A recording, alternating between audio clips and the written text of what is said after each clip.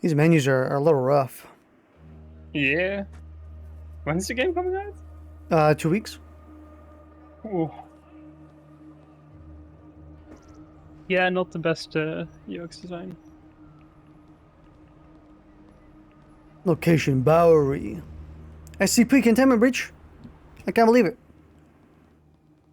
I should have probably looked at my graphic settings. This game is a little lag right The now. bank's vault is brimming with cash. Oh, it's waiting to Oh, quite be well. laggy. Alright, we're going. I guess we're just going in, full in. Lots of guards patrolling the building. Keep your eyes open. How do I shout?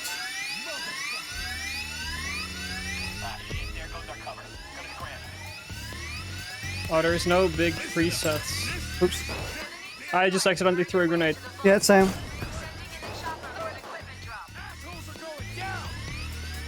I desperately gotta turn down my. I'm trying to press F to get civilians down on the ground, which is the button it was in Payday 2.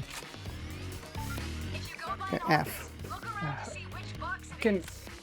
I have to lower my shit from ultra. I cannot. Quite like this. I think my settings are fine. I think. Also, it's annoying because these guys know what they're doing, so they're just kind of rushing everything, and we're not really getting a chance to like figure anything out. Sorry. It's a fucking stress test beta, guys. Chill out. This progress isn't going to carry over.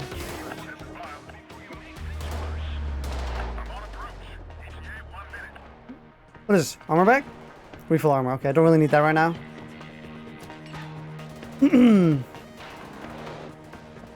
Right, sorry, I'm back. Alright. Yeah, like you said, it is kind of annoying that I don't even know what buttons to press. Mm-hmm. I pressed E, and it pulled out my phone.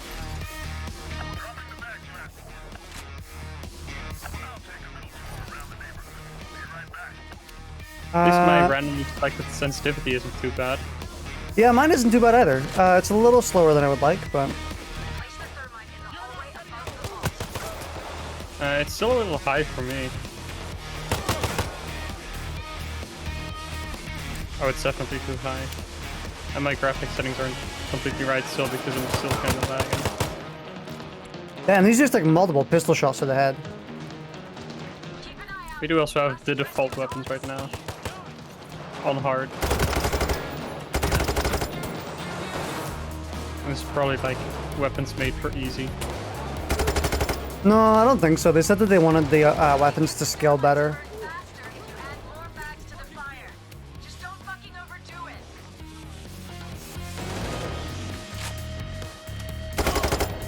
I'm just killing cops right now. I have no idea what I'm doing. Oh, that's a civilian. Okay, never mind. They had like a copy effort on them.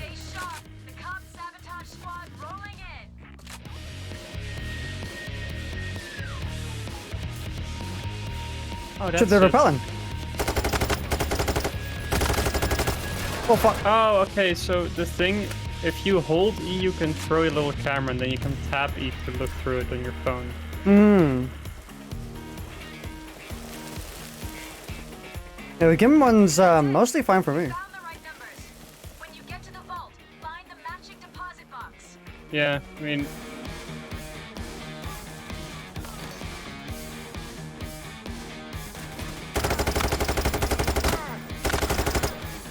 Okay, weapons definitely do not seem as accurate on hipfire. Yeah, I'm on, it had me set to ultra everything. And I do have, like, many Chrome tabs open. Yeah, I put all my my Chrome stuff down out.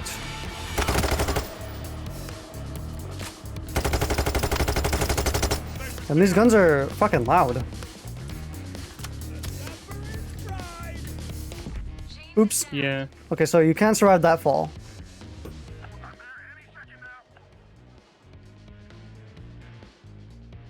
I'm down, by the way. Yeah. I'll be there in a minute. That's normally a fall you probably could have survived in Payday 3, but or Payday 2.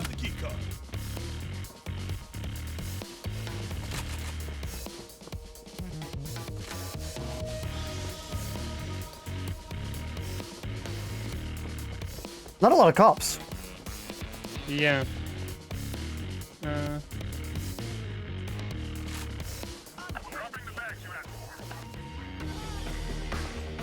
I still have no fucking clue how to All shut you- people you down. died on? Hmm? From up here? Is this where you fell and died? No, I was from the roof down to the first floor.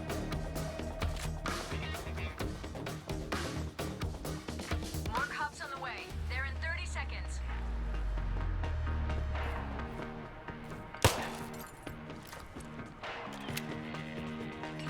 Somebody help Oh, Dallas. same.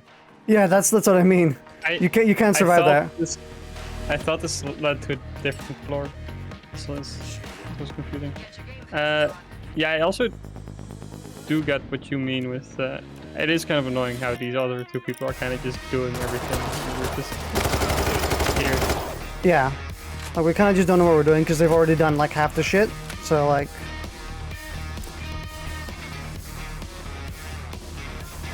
Oh fuck! They just pulled the breaker.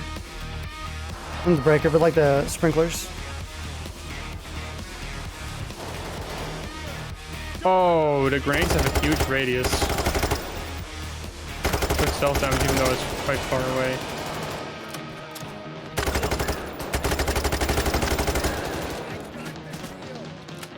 Can I grab this money, please? Nah, no money allowed. But like, there's so much. I should not have shot that civil boy. Get ready.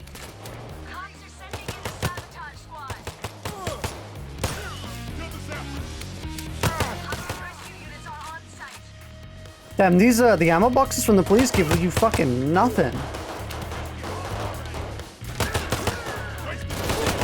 I like how it says, like if you down a civilian, there's two prompts saying F to use as human shield and F to tie hands, and it doesn't mention which one is hold. Yeah.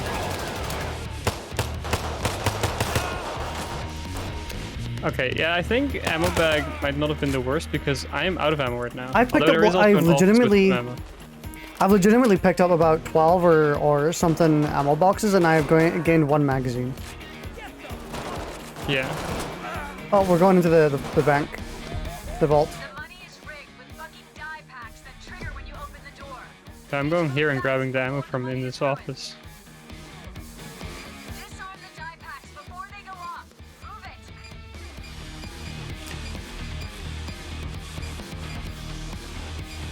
it. Let me disarm. Okay. Oh, I missed one.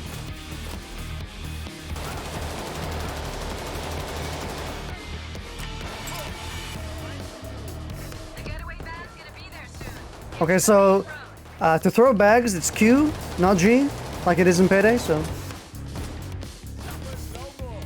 Ah, that was your extra grenade. yep. Seems like they're developing components for quantum computing. I'm gonna keep an eye on this. Where am I getting shot from? Shield's broken. Ammo back. Pushing. Shield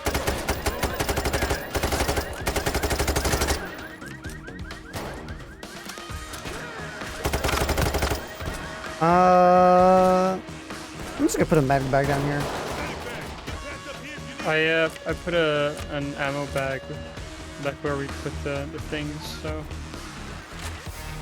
you need some.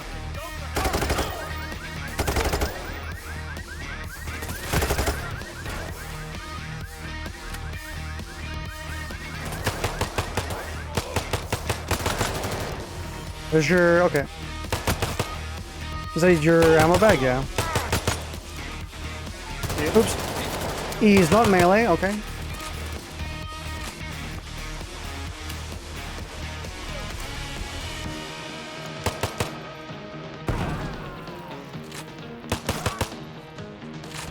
Yum, ammo! I'm so full from ammunition.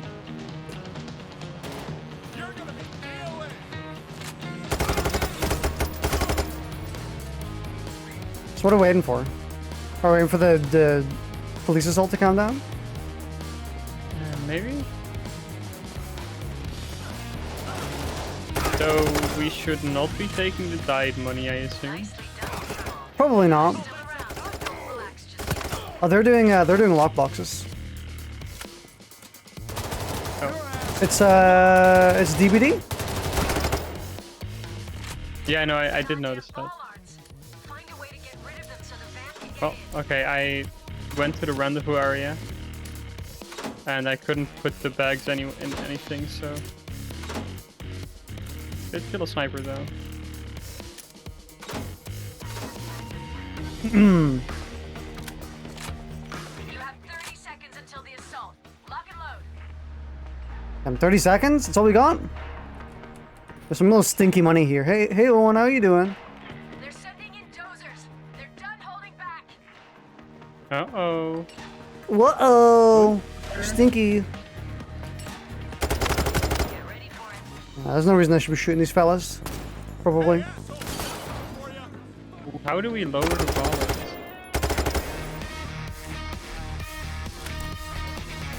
bollards? They're probably close to where the bollards actually are, I would guess. Friend is carrying the stinky money.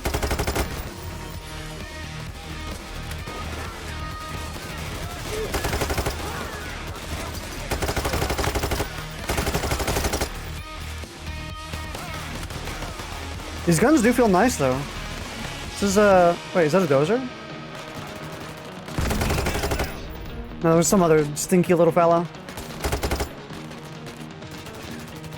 The one is taking a shit right now. I hope you're having a productive shit. Who won? Congratulations. Congratulations. Wasted the shield. They deployed the hostage rescue team. So where are the bollards? Oh, I see. These are the bollards. Okay. So we got a...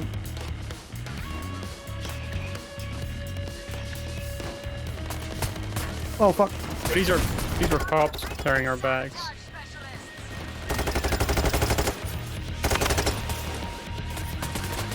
Bruh.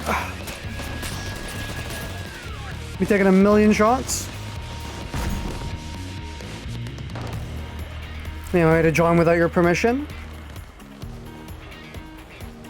I kind of just wish I could just play with just the two of us, but... Dozer here, by the way. I can't ping it. What happened to That's enemy not- tagging? Middle pinging?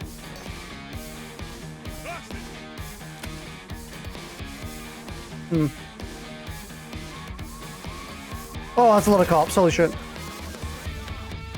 Somebody help Wolf. Don't have any nades anymore. I have not been using nades.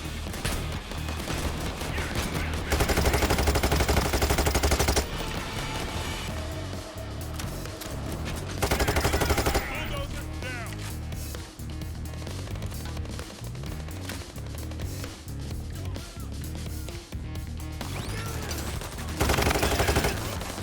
Oh shit.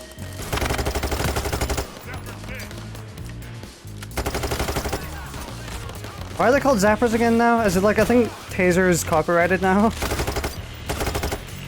Oh fuck. Powder. Pearl might be the case. Yeah, I would have come to help you, but I was kind of just dealing with the cops over here because, you know, they were gonna steal our money otherwise. I guess we're just holding up all our money here. What is this though? Is it a overkill weapon? Yeah. Oh, that's probably it. Oh yeah, that's a grenade launcher.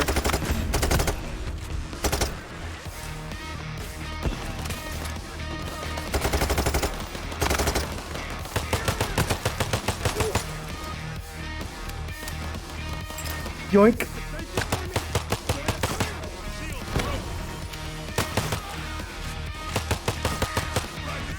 There's a taser.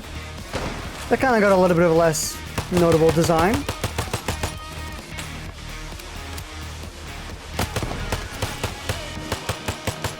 God, I really don't like the self-damage radius. on these weapons. Cops are pulling away. Just don't let your guard down. They'll be back. It feels like if I'm remotely close to enemies, I take damage. It's gone down. I hope, think- is there friendly fire? I don't know. Can you still do shit if you're dry on ammo? We can. We can't pick up their weapons or anything. Watch out! I'm driving in. Dude, reviving is so fast.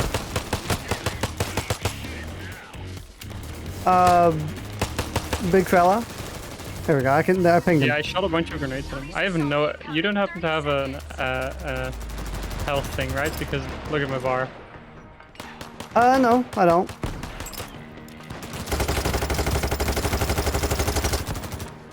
You know what? So Give me I my- wonder if give me there's my any overkill way to weapon. get my shit back. Get ready. Here they come. Oh, Getaway's coming over. Is there another one here? Oh nope. Got the sniper. Definitely gonna have to change some settings next time I get into the menu. Oh, ow. Oh, I'm done. They delivered another overkill weapon. Are those shared? Like, is there only one? Oh. Holy shit. Oh my god, wow, that's some huge radius. It's all Yeah, up that's to you, fucking Bipin. annoying, right? Yeah, no, it's not happening. Somebody help Dallas. Yeah, but you get what I'm saying. It's really annoying having to be so far away from the people who are shooting. Yeah. I'm gonna change some settings next time I get in. Okay, so yeah, I placed an armor bag last time, and now I don't have it anymore. So you definitely only get one of each. So I guess I'll just ready up now. Wait, you only get one of each? I'm assuming you can buy more at some point, but yeah, Oh. I cannot place an Oh, armor bag the anymore. pre-planning. Yeah. Yeah, no, you get those from missions. Like, you gain favors when you complete missions. Everyone's A-posing? Oh, you gotta send it.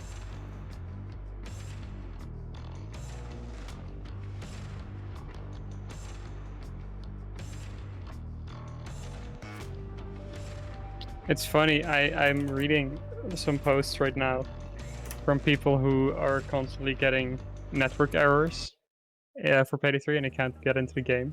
Mm-hmm. And someone said like, hey, look at how great the always online thing is. And then there's people defending it. And one of them said, be grateful you even get a chance to play it at all. It's like, No. what? What the fuck do you mean? See, I feel like the private lobby should be the menu we were in right now. And then that's the pre-plan. Then this is pre-planning.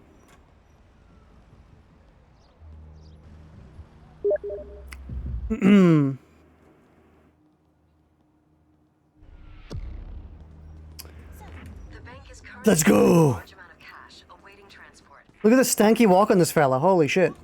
Lots of guards You patrolling. watch where you're going, huh? Keep your Huh? eyes open. Huh? Huh? I'm gonna shoot him. The security gate's door is magnetically sealed. You need to take out the Aw, power. Wolf, you look a little Disable the fucked. lock. Look at you. Find the circuit breaker connected to it. Oh. Bro, he's seen better days. They look- Oops. Stop doing it. Stop. Camera over there. I have to press like every button on my keyboard to stop doing that. Camera. Can't see. There's the camera. Can you actually do that? No way. Camera. Oh, I see a camera. It's a camera. Watch the camera. Look out, a camera. what if you just run? That works. Watch the guard. Not anymore. Oh, Make this difficult. Just follow me. okay. I'll follow you. It's fine. Oh, stop! Hey! Okay, well. Looks like we're going loud. You're only making this job harder. You think stealth is still possible? The suits with vault access.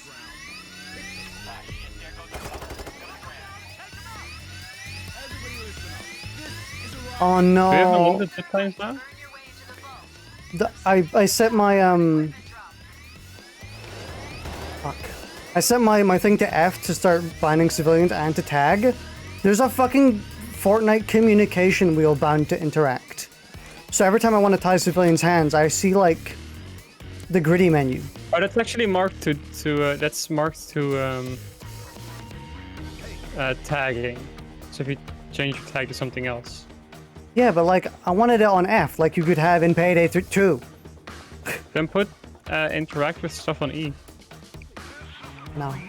Why can't like, Oh, okay, so fun fact. If you tie a hostage's hand and then use them as a human shield, their hands on tie. So you have to tie them again. oh, epic. For reasons. What if... can you stop shooting me? I'm looking at my keyboard thing.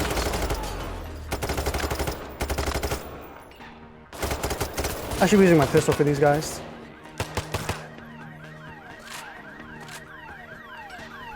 I'm tying up a bunch of people. Keyboard, where is it? Interact, no, where's shot mark? Put this to insert, okay.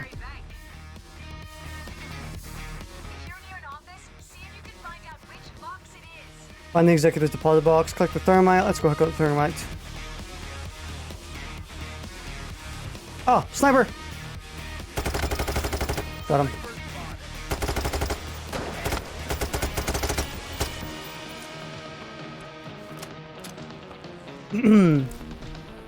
Watch the hostages. Rescue units have arrived. Alright, I'm coming in with the thermite. Set up thermite in the hallway right above the vault. Is my audio working? You good? You there? Faster if you add more bags Yeah. to the fire. Okay. I was just looking at stuff. Yeah, I think I'm gonna have to lower some settings as well. The game is a little bit... Oh, come on.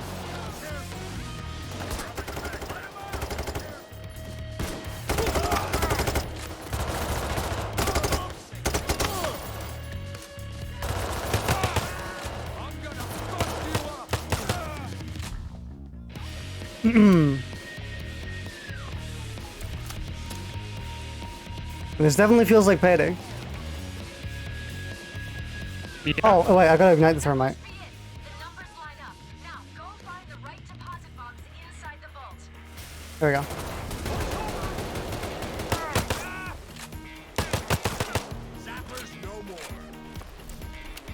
I don't know about you, but when I saw the option to turn off my crosshair, I turned it off because I'm used to Payday 2. I might turn it back on, I'm not sure. Oh yeah, I just kept it on because I didn't feel like fucking with crosshair. Cops are sending in the sabotage squad. Bro, why is shout also bound to ping?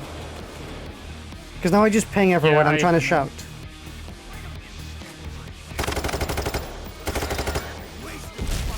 Oh, ow!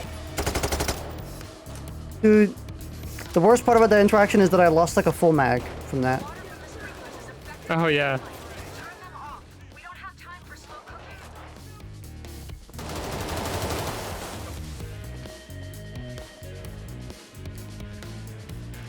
Alright, time to turn some of the game settings down. Video. Shadows go down to medium. Post processing high. Foliage, who gives a shit?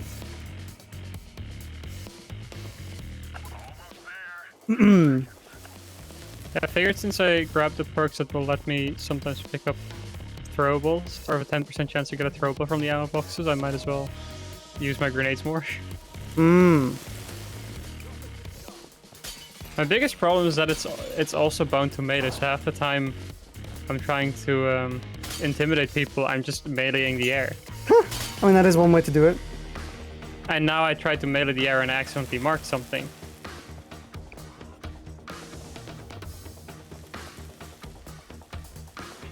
Oh, flashbang.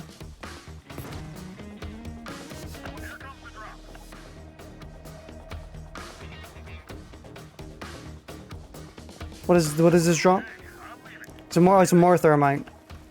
I guess Yeah. we shouldn't add a ton of thermite. Why not? Because that would be kind of bad. No, I think it just makes it go faster. Yeah, but if you put in too much, you burn it. And then you gotta wait. Oh. Red key guard.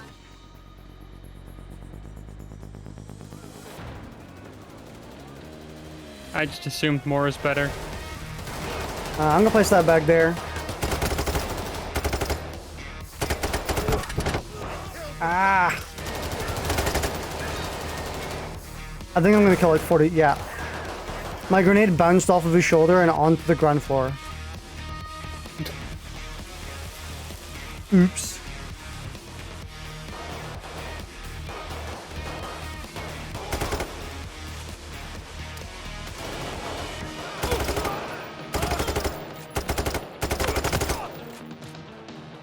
Let me try crosshair on. Let me see if I like it.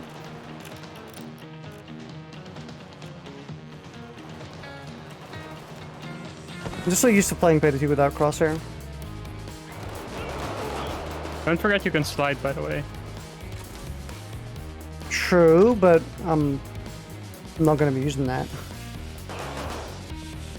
But you could. Deployed the hostage rescue I team. could.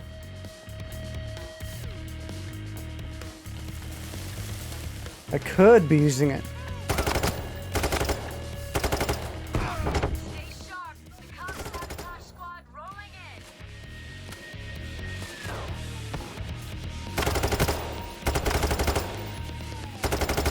Yeah, it's weird. I feel like a crosshair makes me worse. Get ready.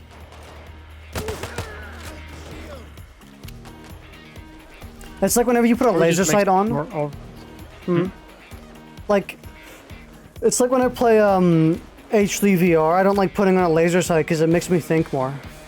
Like I try and line up the laser sight as opposed to just point shooting. You know? I feel like crosshair just makes it more obvious when you miss, and that's why it makes you feel worse. I don't think it True. actually would make you miss more. It doesn't make me miss more, I think. Let me just turn back off again.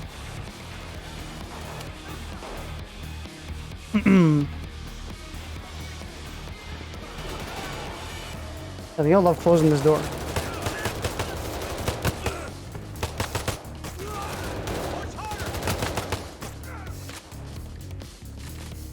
Yeah, when I drive a crosshair, I just shoot people.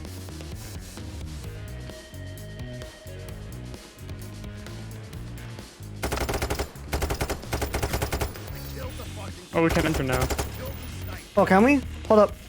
Yep. Everyone's gonna enter at the same time, I think. The stacks Oh, of fuck. money are rigged with die packs. I'm coming, I'm coming, I'm coming, I'm coming! Opens, you need to move fast before they go off. A bunch of calls blocking my way.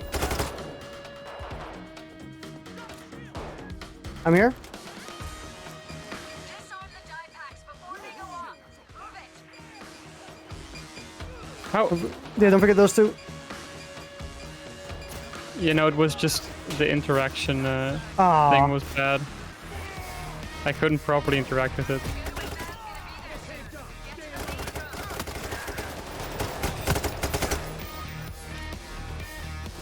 Well, we have some stinky money, so.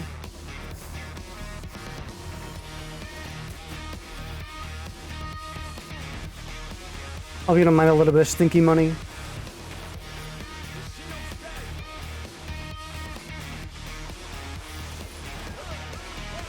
Honestly, stinky money's the best kind of money. I don't know if I agree with that one.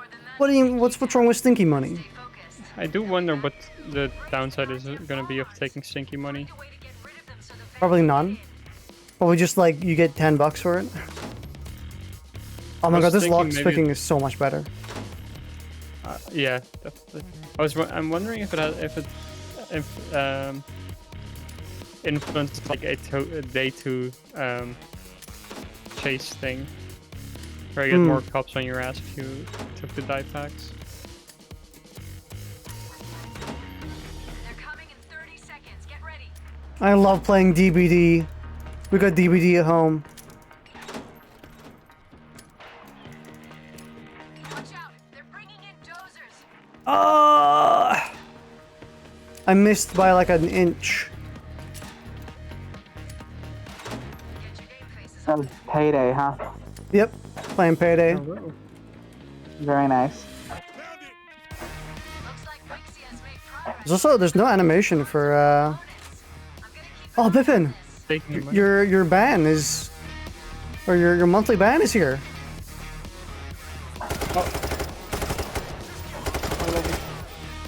You get banned monthly? No, I average about one mod action per month. There's like once a month there's someone spamming in the chat, and I get to ban them. Oh, okay. What's going on? And Hang on, I need to hop on the stream. It's been a while since Oh, no, it's gone now. I'm getting big damage. I'll still come and attend anyways. What's that? Is that a dozer here? Oh yeah. Yeah, I threw some grenades at him and it did not help. Buxton's gone down. Oh yeah, that's right. September. Ah, god, this dude deals fucking damage. What's up with September? September, the Twitch thing. I forgot that was a thing. I think everyone does, honestly. Yeah, true. Oh, by the Oh, way, you needed that more than me. Oops. Yeah, I was gonna say everyone's still the medic. so assuming no other shit happens, like it's found a way to for this past almost year, I might have my stuff back soon. Nice. Lots of what ifs and shit. I'm half tempted to just give up on it and just buy new stuff. But it's not been a year yet, so. Yeah. Oh, I would keep it would you mind going. if I asked you? Yeah, I'm going to. Would you mind if I asked you two for some favors? Sure. So, this is a pretty simple one to do. So I told you both. I imagine you haven't seen it yet because you've been busy playing a video game and not dying. But Bipin saw it earlier. I was wondering if I'm trying out some new pronouns, and I was wondering if I could get you to put some emphasis on them Sure. for a little while, so I can get a feel of how they make me feel. Yeah, we can try that out. Chains is down. Sorry, for some reason this is very hard to do. Oh, I'm getting shot at. I can see that. I'm trying out they them for a little while, seeing how that makes me feel. All right. Yeah, we can do that. But she her is still acceptable. I just need some emphasis because I need to know how this makes me feel. Mhm. Yeah, I've been anxiety attacks, to put it simply. Oh fuck! That's why they died. Yeah, that makes sense. Yeah, so that's the only favor I need. The simplest favor I've ever asked for. Oh, I'm getting shot at. Yeah. I'm gonna put down some ammo right about here, I think. Buxton is down. Oh my god. How's Oh, the stream stinky! been? They're making it really stinky. We can't reach you because of this So stink. bad. So I take it it's not going well? About as well as a heist would normally go. Yeah. How would you know how well a heist normally goes? We're very It's going experienced. better than if I tried to heist in real life. But you know they'll be That's true. stay sharp. I feel like if you both tried to heist in real life, it wouldn't get this far. No, I think it would get maybe 5 minutes in and then you'd be arrested. Yeah. Or shot. I think you could kill one cop and then feel really bad about it, and And then turn hang yourself in. Yeah.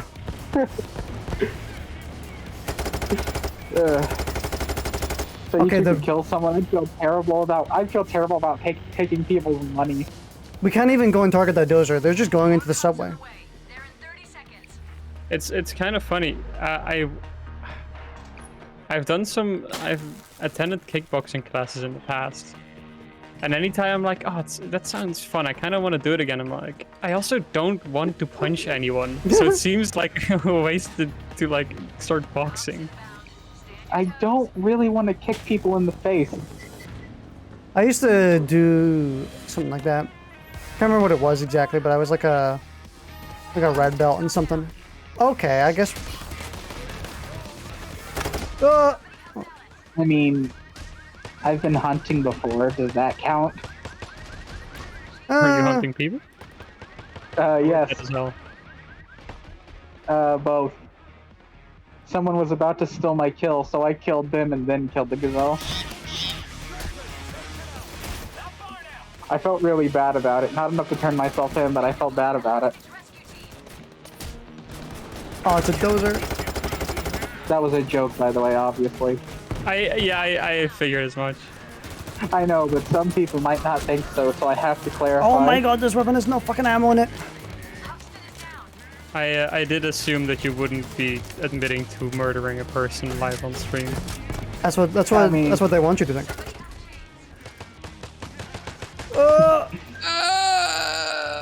There's a dozer right here, I Bipin, want watch to out! grenade. Oh yeah, the domer. The domer? Yeah, I I mean, guess he domes. Yeah, And we this, should try normal difficulty so we can actually get some money for stuff. yeah, I think I'm in agreement. So we return to main menu.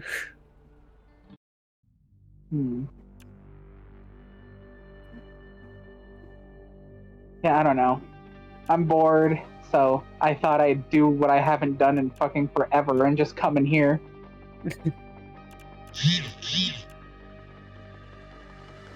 Let's see, invite. How long has it been since I was here? Too long. I mean, how Just long has it to been get since I've been percentages. streaming? You haven't really had an opportunity to Yeah. be in here. I know, it's been literally almost... I've been here and there, but I haven't been here properly in like a year. Because that's how long I've been separated from my shit. Do you see, Oh, yeah. this is why I just want to get into van life. Then I can just have all my shit with me no matter where I go, and I need to have a place I can set up for whenever I'm not traveling. Yeah. It's just that your internet's gonna be extremely bad, probably. Oh yeah, I mean, there are people who can still stream with surprisingly good quality while on the road in the middle of nowhere, which is fucking crazy to me. It's like, how do I make that happen? I'm not gonna get no instant gratification from shit like that because, well, that takes time, quite frankly, which is also why I want to have a place of operations where I can just go settle down at my computer and stuff and just fucking, what is it, decompress, Relax. relax, just be Oh around shit, friends. the Undertaker is with us. I've missed you both so much. I want to come back so bad. There's another playtest. Very It's a open beta, so they're letting everyone in.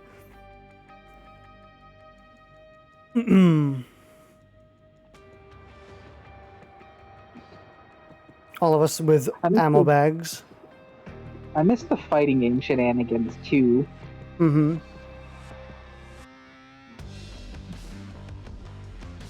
I would say like, oh, Mortal Kombat's coming out, but I don't know if I give a shit about Mortal Kombat. I don't give a shit about Mortal Kombat. I would, the only reason I was legit thinking about buying it was on the off chance that you two were gonna play it. Even then, I probably won't. Who knows if I'll even have my stuff back by then, and you'll have like done the one playtime because Mortal Kombat is not the most fun fighting game ever. the only reason I would ever buy Mortal Kombat is purely because that is one of the few fighting games I can get my non-fighting game friends to try. Because, you know, everyone knows Mortal Kombat. And Yeah, that's pretty much it. So I can be like, hey, let's do some Mortal Kombat matches, and then we both grow bored of it after like 5 hours, and then we never play again. So I'm probably not getting Mortal Kombat. that Yeah. was literally the only purpose Mortal Kombat served when I was in high school. I got it for my Switch, and I played it with like a handful of friends. Pretty much until the fucking school year was over, and then we never spoke of it again.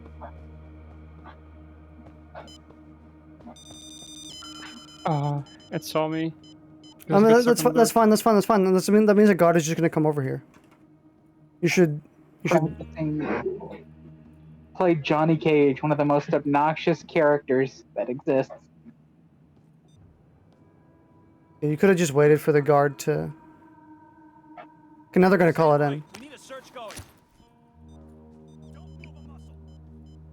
Well, I stole his key card. okay. Well, I guess we're going loud. I just noticed the latex gloves you're wearing. Yeah, they're just, you know, like cleaning gloves. Keep the fingerprints off. Yeah, I mean, no one's definitely gonna track your fingerprints through latex, that's for damn sure. Bonk, bonk, bonk. Oh, the civilians are gone. I wonder why all the civilians are gone. Why didn't they stay? I mean, there's a bunch up here. True. Wait, this was an office last time. Why is it the toilet now? Am I just looking at the wrong door?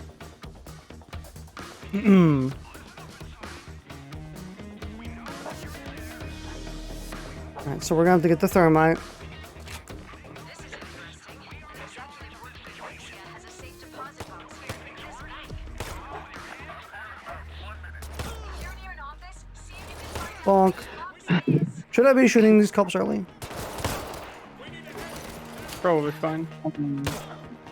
You shoot them or they shoot you. Either way, it doesn't matter. Here we go.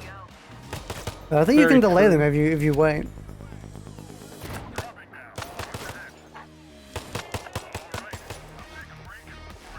Kill some snipers.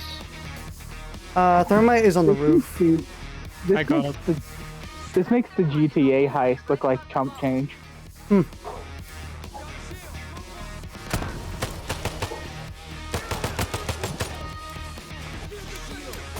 Video games cause violence. Well, if that was the case, then wouldn't video games cause people to go think they can commit heists all the time?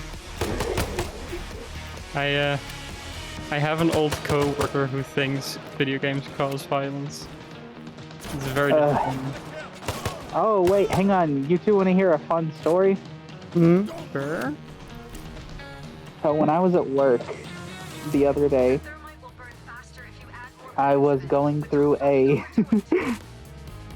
I was putting away stock because I'm part of the remodel crew at where I work. That must be it. And Numbers line up. Now go find the right since I'm in a new area with a new job, people often give me the wrong pronoun, so I often have to correct that. I think I just had one of my first in-person moments of transphobia. Oh, that's unfortunate. Yeah. So basically, one of my coworkers called me a he, which is like which is like something I hate the most. So I did what I usually do, and I corrected them. Yeah. And they still felt the need to go out of their way. Well, first they gave me the world's dumbest look. Like I just said the moon was made out of cheese. It was that kind of look. And then they proceeded to go out of their way to call me he 3 separate times in front of my face to other people. So I don't know about you, but that's like pretty clearly some kind of transphobic attitude. Yeah. Yeah. In that instance, I just go away from that type of person. The cops are pulling away. Yeah, I did. Or at least I stayed as far away as I could, given the fact that we were working on the same team that day. And it also made it worse that they were a team lead, so they have higher authority. Authority doesn't mean shit if you don't give people respect. I know, I I mean, honestly, if they kept doing it, I might have slapped them. I'm the type of person. Like, they're purposely doing it. They are. Yeah, that's what I mean. Like, if someone was purposely doing it again and again, I would have slapped them. I mean, that's... I definitely should, but that's just... Well, one, I'm very weak, physically. So that's not really an option for me. I mean, the alternate thing you can do is obviously talk to the people who are like around you, the other crew you have. Oh yeah, a bunch of people witnessed it, so can't say it didn't happen. And you could have just, you could, like, Those people are supportive of who I am, so yeah. I mean, in that instance, they could have like backed you up, and they could have, because there's nothing more, there's nothing better for putting like a bigot in their place by having like 3 or 4 other people backing you up and telling them they're an idiot. Like, public humiliation is a huge way to get them out of their, get them to stop being an asshole. True. Yeah, but I do plan to report it to. I do plan to report it to HR whenever I go back in on Monday. Yeah, good. You should be reporting it, reporting them to HR. I just didn't do it that day because one, the person in HR wasn't there, and two, I get 3-day weekend and it was my last day off, so I was just like, I don't want to deal with this right now. Yeah, kind of just deflated. Yeah.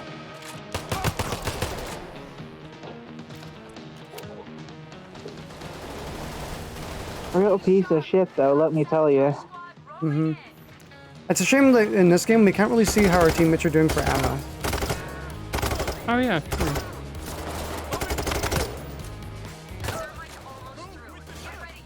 I think my sensitivity is a little too low.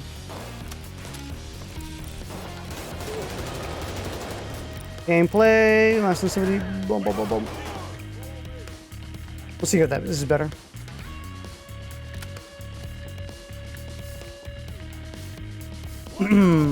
Wait, why did they jump in? No, wait.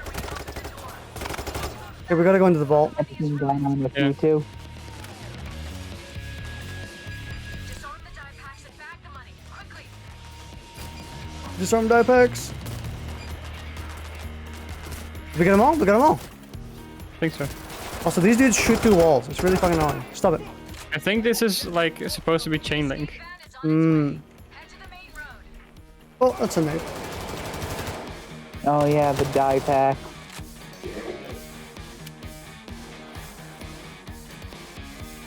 Yum! I love dyed money, yum! You like eating cotton? I Well, love then eating better rotten stay food. How's my John cosplay doing? I love eating unedible things.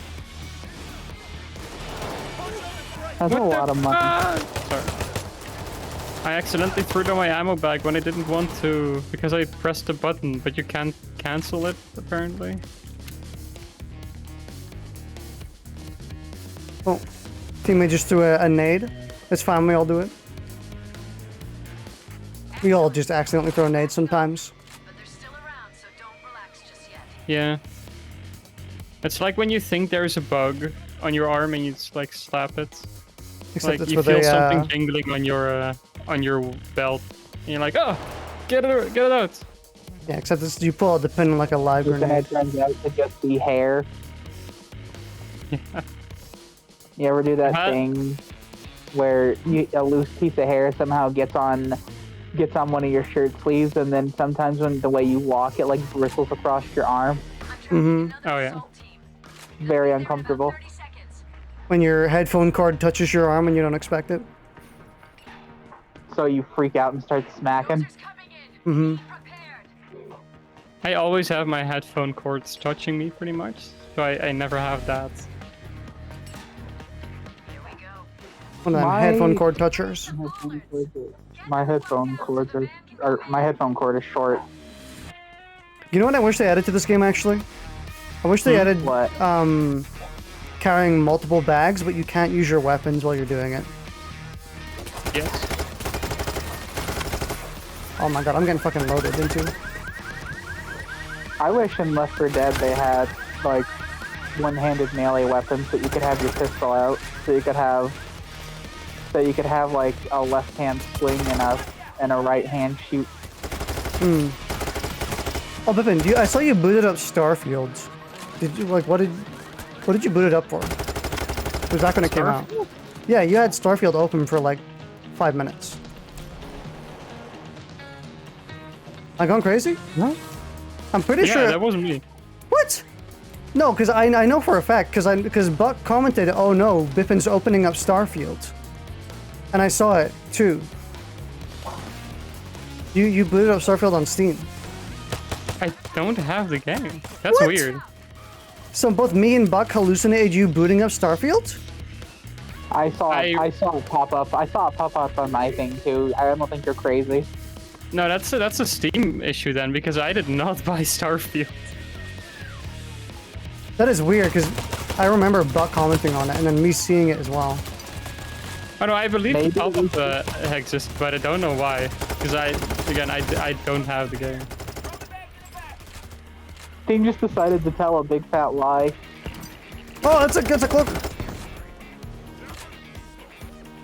Did we get the van here last time as well? No. Oh, this is easy mode, of course. Oh. I pressed G to drop again. Got plenty of cash already, but you know, more never hurts. It's weird, this game kind of like teeters between feeling super easy and then impossible. Like, hard Yeah. is really easy until the very last stretch, where like, it becomes really difficult. Yeah, it's kind of weird that I just saw you booting up Starfield. Yeah, I wonder What do why you that think? is. I feel. It's the new Bethesda game, but in my opinion, it sucks dinky dookie doodle donkey ass, in my opinion. As is the norm for Bethesda games. Can you say that again? Do you Dinky remember donkey what you doodle said? donkey ass. Thank you. That was funny. Like, I played it for like 3 or 4 hours, and I was having like zero fun at all. So I asked people in the HTVR Discord who actually liked the game. It's like, hey, does the game get good after 4 hours, or is it still going to be stinky ass dookie? And they said, oh no, it gets good once you complete like this quest, and then the game opens up. And I was like, okay, I'll keep playing for a little bit longer. I played for like another 3 hours, and the game improved basically none. And I was like, this game just sucks ass.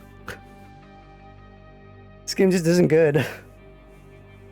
It's like I feel like it's hard to make a game, but if you're capable of making a game, I feel like it's not hard to make a good game, or at the very least an enjoyable game. So how do you fuck it up so bad? Well, I mean, game design is very hard. yeah, game design Well, is very yeah, hard, it is especially hard. considering a lot But, of design gets rigid very quickly. Yeah, true. Yeah, but I'm saying if you're confident to make a game that can somewhat function, I feel like you should be able to make it. I feel like you might have the ability to make a good game by then. So how do you explain Bethesda? I mean, well, Bethesda is a special case, of course, but I do mean in general, it is a lot easier to get something functional than to get something fun. True. Okay, I didn't think of it like that. it's also I know worth making it's worth really noting hard. that video games are like making a video game is like a machine with like a 1,000 different cogs. So, and if like a couple of those cogs aren't working, it becomes a lot harder to work. True. Yeah. Because the only thing I really knew about game designing is that making video games is hard as fuck. Mm-hmm.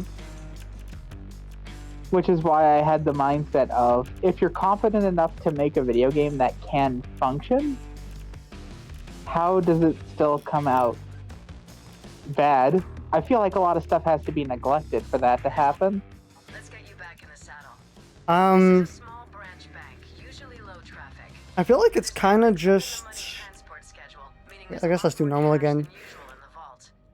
I think it's mostly just that like. The security gate Because video games get like really rigid early on, like you have to have a good idea of what the game is going to be by the time it comes out like a year in advance. you've done this a million And you start developing that and you start like expanding that. So if what you have at the beginning isn't very good, and you only find that out like a couple months from launch, your game is going to suck ass because there's no way to fix it. So that must be what Bethesda does. Think about it like making a skyscraper. Like you start at the bottom, there's no way to replace the bottom floors if they're not good. Once you get to the top. From Your ability to make people understand things by explaining it in a way that they would understand is top notch. I don't know how you do it, but that made perfect sense to me. Thanks. It's kind of just like using metaphors. You are really good at doing that. I don't know how you do it. I'm envious of how you do it. It's amazing, honestly. I kind of just spend most of my time doing that.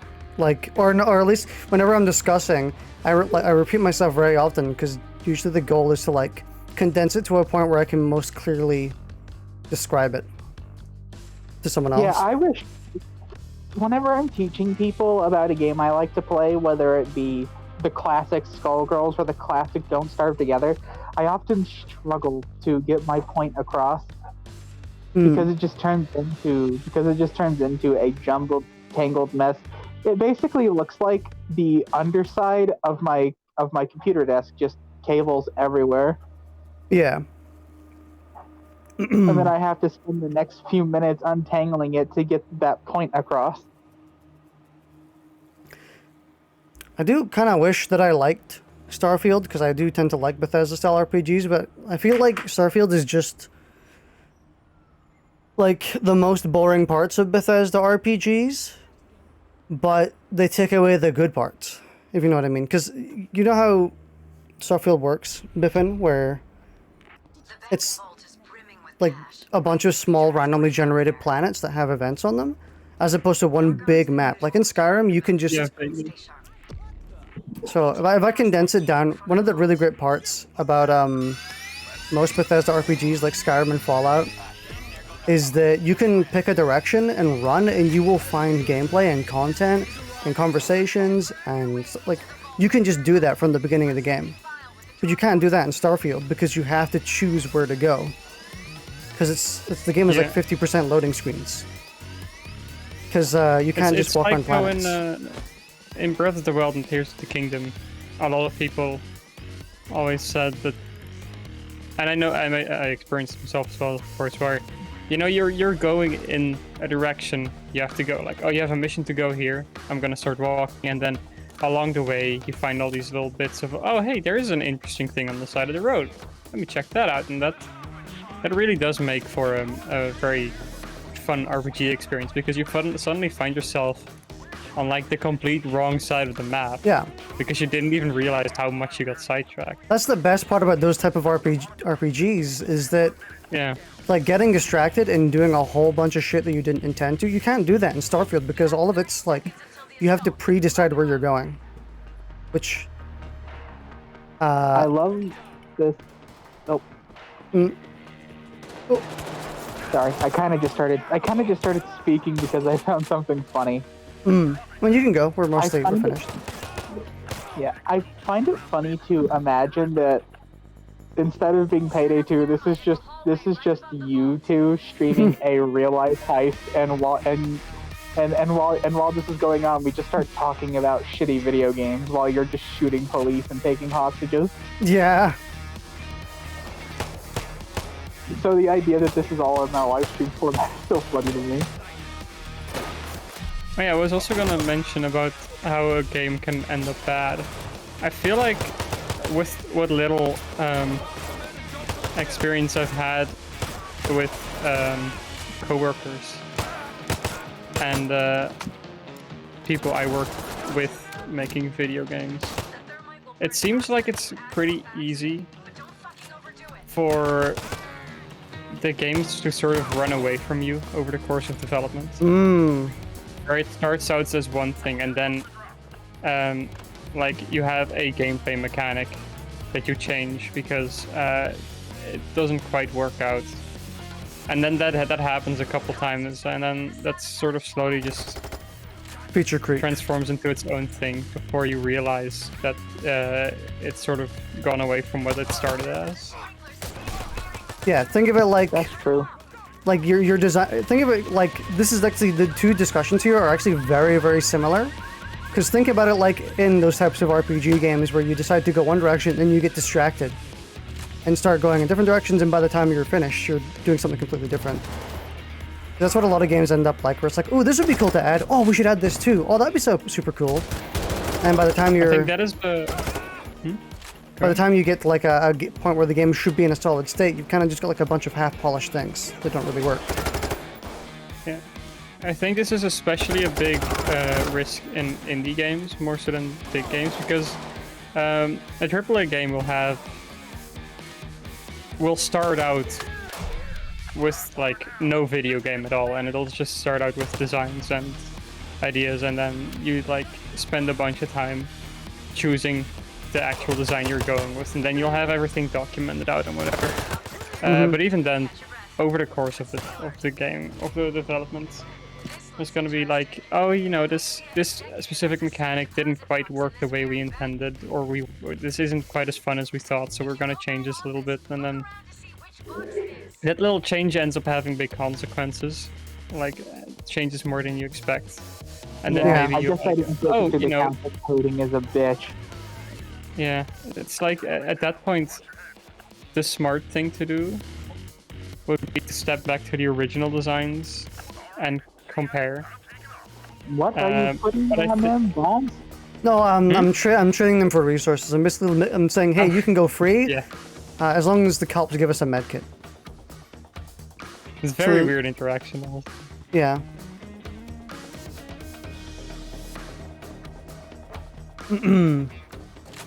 Yeah, I don't know. Starfield is like stinky dookie. I don't know.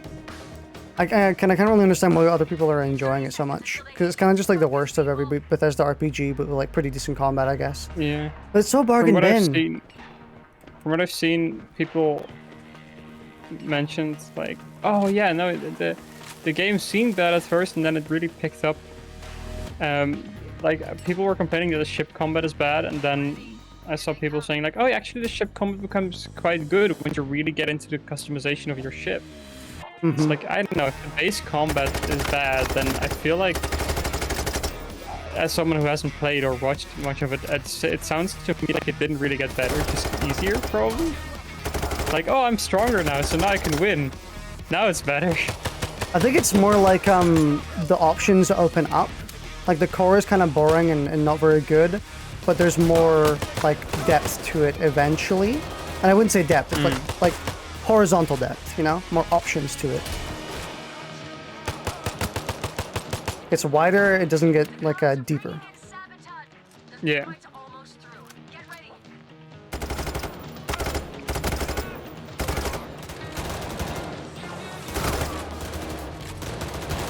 Yeah, I don't even play Bethesda games, so this is kind of just in a hold. The only thing I'm taking away is that coding is a bitch, and Bethesda's just kind of incompetent most of the time when it comes to their video games. I wouldn't say that. It's more like, I mean, they've made good games and like plenty of good games in the past. Like, well, that's why I said sometimes. So maybe that's somewhat like directionless.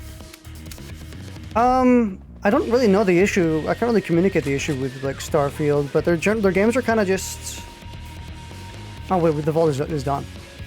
Yeah. Oh. I think the Bethesda isn't. Bethesda actually does have like. Bethesda is pretty good at designing a game, and I feel like they're just not great at properly executing their designs. Yeah. Where a lot of the games release in such a buggy, messy state. It's just Buggy? kind of like. Oh. Did you just talk about the nose? Okay, all die packs disarmed. Nice. Because we're just that good. Eventually, once we get like deep into this game, we're just gonna like let one blow up for fun. Get some stinky money. Yeah. Why are there golden laced cops? Come on. Fucking Midas cops? The Midas cops.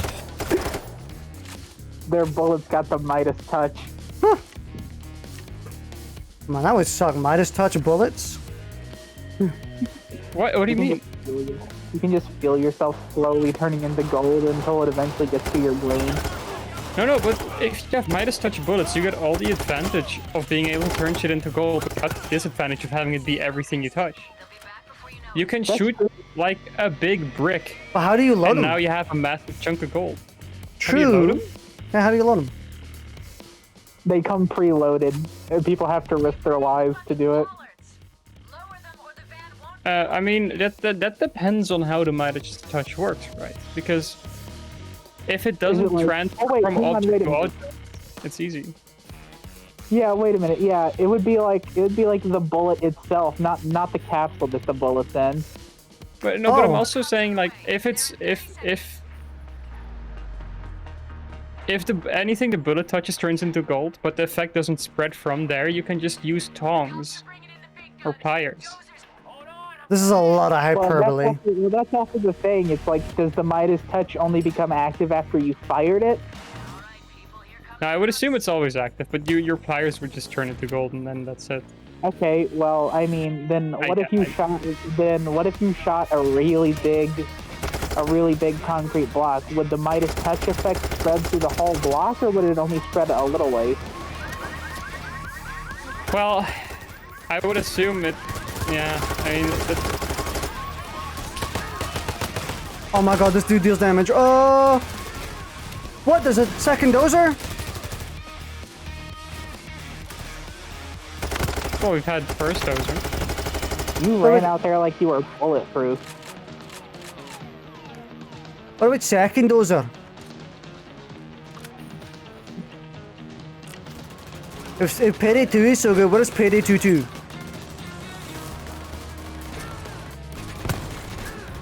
I may have lobbed a grenade into a corner by accident.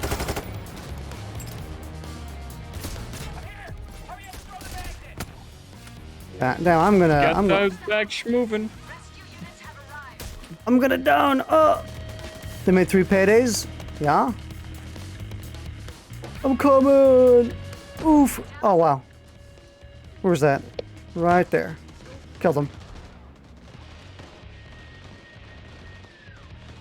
I shot him in the skull. Oh damn, we still got more bags to get. stolen a lot of cash already. There's always room for more. I need to take some cover. Alright, can we talk about Johnny's theme? Just lean. Yeah, I actually haven't That heard one- it. that one is weird. It's like one of the first songs I've listened to where everything truly does just sound like gibberish unless you're reading the lyrics. It looks a lot like Payday 2, like- is that right? Yeah, does look a lot like Payday 2. I like the part of the lyrics where they say he's hated by the god of failure. It's just such a funny concept.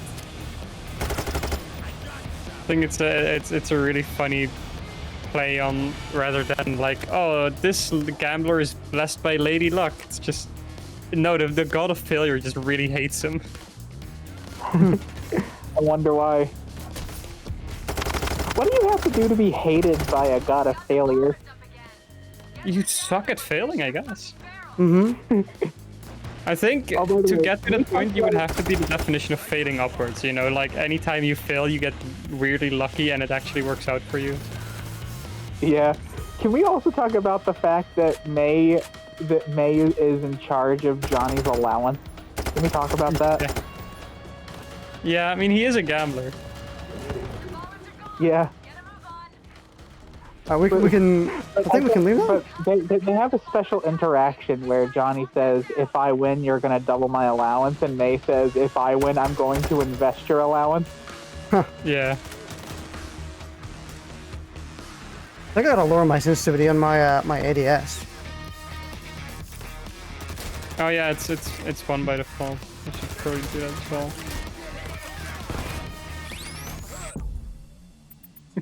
The taser sound and then just, okay, it's done. The God of Death wouldn't hate alive people though. They're just doing their job. True. Well, that's just because they're all going to die eventually. I guess that means that Johnny's gonna fail eventually. Car 4, purchase weapon. I don't really want any of these guns. I'll just keep upgrading my M4, thank you. Actually, it's a car for. Um, So, it really fucking annoys me that anytime I click on like a buy weapon, I can't just press escape to go back to the previous menu. It's really annoying. True. Can I get engineer yet? I can't. Tell you the truth, I just don't. I brought up the theme because I just don't know how I feel about the theme. Yeah, I like it. I think it's Yeah, I haven't heard it, so I couldn't really give a comment. For me, it's No, just the but fact tell me that what you think of it. It's give pretty me good. a fully formed opinion on something you've never even heard of. I think it's okay, but I think the middle portion, with all the shouting and the screaming, I think that could have been better if the screaming was a little more subdued. Now, let it put it a little more in the background. Funny considering there's no screaming in that song. You know, okay, what you saying that reminds me of when Happy Chaos's theme came out. And I saw some criticism, and I agreed with this. We're like, yeah, I'm not a big fan of it because it sounds so chaotic. And then other people would always respond with like, that's the point. And it's like, I don't give a shit if it's the point. I don't like it. It being intentional isn't gonna make me like it more. It being intentional doesn't make it automatically good in my ears. Yeah, like I don't like the way it sounds. It doesn't. I don't give a shit if they intended it for it to sound bad to me. That's like saying that's like someone coming and defending the villain saying, well, they're supposed to be that way. It's like, I still don't like them.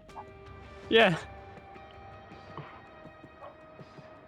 There's definitely some credit to be no, given to something that's intentional, though.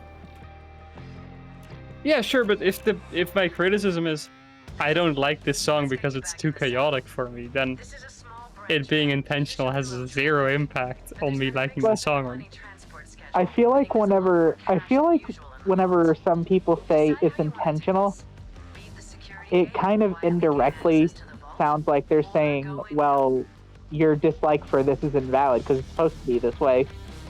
I Or at think least that's how it can come off at times. I think the reality is more like they like the thing and you said you don't like it, and therefore it feels like an insult. And it's if you say like something like, oh yeah, no, the song sounds too chaotic, that they interpret that as the song is like badly made, so they feel the need to defend it as like, no, this is just the style they went for. It's not chaotic or messy. It's like, yeah, but I've been on both sides of that whole thing. I mean, I'm more along the side of like, I like it more when something fits the theme it's going for, even if that comes at the cost of comfort or just like, because you can make something shit, but you can make something that's like done well and is shit, you know? So And- like you would say Axel's theme. No, I just think I Axel's like theme is Axel's garbage. theme. I don't like it. I don't like Axel's theme at all. I love it. But I love Happy Chaos's theme, and I like. I'm the type of person who's really used to music being weird and goofy and kind of chaotic, so Yeah. I don't really What do you mind it. call that music style where? Where do you call that music style where it sounds all glitchy, like a simple drum tap being played back on like a skipping loop? That could be a lot of different things. Yeah, I just wish I could remember what it was exactly. But anyways, I bring it up because Pokemon Legends Arceus uses this exact kind of music style, and I found it so interesting considering they'd never done it before, and I think they made it work really well. Glitch step, glitch hop. I don't know. Like there's also just sampling. People are trying to defend their artist's skill when they say something is intentional. I mean, yeah, Well, you're that's right. the thing. Like, I like Happy Chaos's theme, but my favorite part of it was the opera portion where Happy Chaos was talking about the pulses of the living and how it's a grand orchestra. yeah, I think it also specifically for Happy Chaos' theme, for example. Like, yeah, okay, I understand that the theme works very well for his character, and that's fine. But that, you know, as a song, I don't really care for it. I mean, I would way prefer that over like the song being like more traditional and better to sounding, because like especially for something like Guilty Gear, having the songs resonate with the characters they're meant for is like a core part of Guilty Gear's identity. Okay, hang on. I'm very curious about something. What? Mm-hmm. What do you think you would do personally for Axel's theme? Because I know you think it's hot garbage, so I'm very curious to know. I mean, I say hot garbage when I'm being facetious. I just don't really like how it sounds. Like, it's not really my style of music. It is one of the more repetitive theme songs I've listened to. I do like it though. It's mostly just like not the style I prefer. You just don't like the style of music. Like I would listen to it. It's the type of track where I would listen to it, but I'm not gonna put it on myself. You know? Gotcha. Yeah, I understand that one. I don't know. It's interesting to talk about this stuff. Mm-hmm. But like, I like all the themes, except for like, the only themes I don't like are Milia's and what was the other one? And I'm still on the fence about Just Lean. I don't really dislike any of the other ones. What, have you cracked the safe yet? No. It's kind of a fun minigame as well. Let me have a look. It's you have to rotate a dial to the left and then to the right and then to the left again. Where is it? I don't know. I just cracked this one, so I don't think there's another one for now. Oh, shame. But it's nice and interactive. But I mean, like the music I listen to, I'm also like very musically versed in general.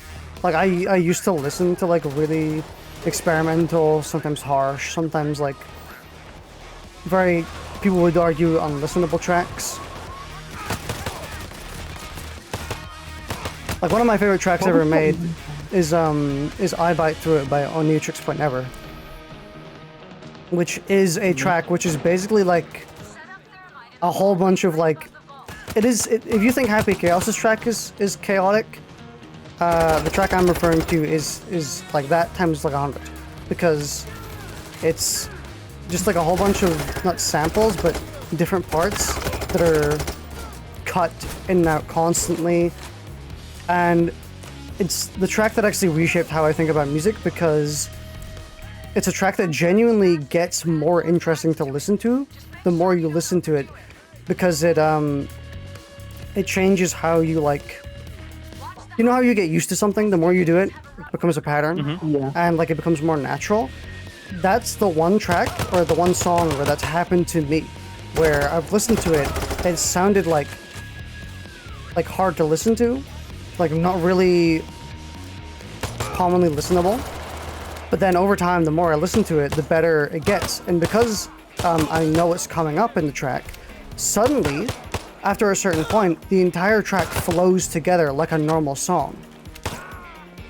Like it went from this like completely chaotic mess to I know what's gonna happen next, I know how it sounds, to everything is suddenly flowing. And that changed the way I thought about music, because like music is ultimately just rhythmic sounds, you know? Yeah. You see, this is why you would do good in a podcast. Someone should interview you. You are so interesting to listen to. Thank you. Yeah, if you haven't listened to that track, I'll try and find it and I'll show it. But please do. You have piqued my interest.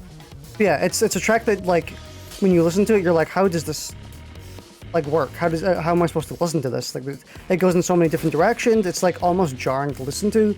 But like I said, you listen to it enough times that eventually, because you know everything is coming, you know how the track works, you know where it's going. Suddenly, it all begins to flow. So basically, just repeated exposure. Yeah. And then like that just made me rethink music entirely, and like just how I think about it. So What was that song you sent me? It was about neurodivergent love. Oh, join the burn pal. The Burn Pal? Yep. It was by Violet Pony. It I was. didn't want to listen to it again, but I forgot the name of the song. Mmm. Yum. Yum. I can't believe It this does doesn't hurt hurt my you. eyes though. It hurts my Yeah. eye. It hurts to watch, but it doesn't hurt you. Yeah, it doesn't hurt. It doesn't hurt my HP bar. Oh, I don't need to be fixed. That's what the track was called. Okay, thank you. I'm gonna go ahead and look that up and put that somewhere so I can remember.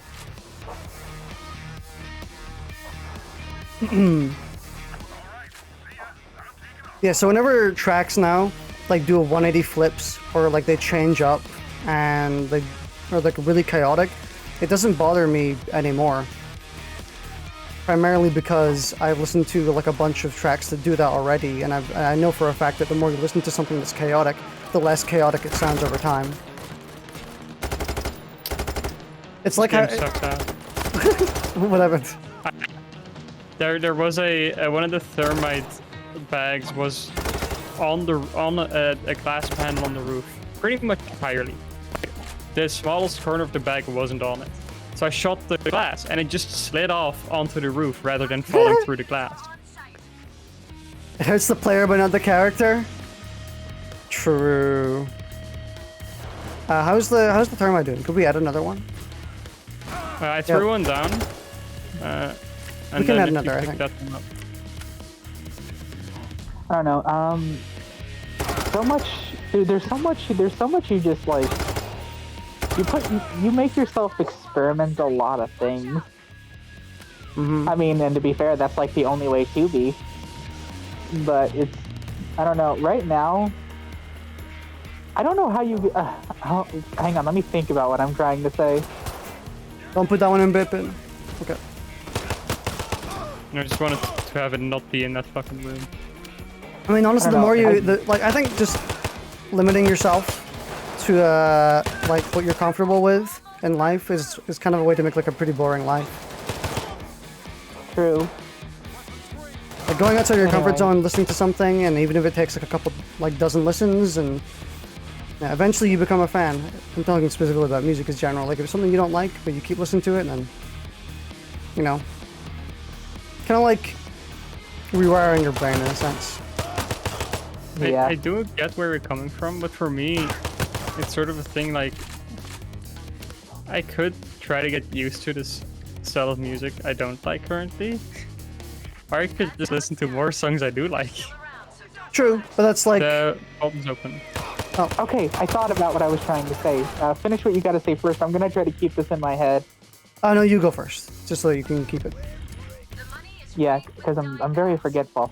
So I do find it amazing how you constantly seem to have something new going on, and I think I'm finally starting to understand why that is. It's because you're always getting out there and trying that new stuff. Still crazy to me, but I also just I guess it's just not the kind of person I am, but I can't focus on multiple things at once usually. I kind of just have to go on one thing at a time and then eventually go to another. I don't know. That's I fixate a lot. I think that might just be autism, but yeah, I think it is. the thing I'm currently really wanting to dig in and focus on a lot now actually is autism. Hmm. Because I've been wanting I'm gonna to get learn so more. autistic. I've been wanting to learn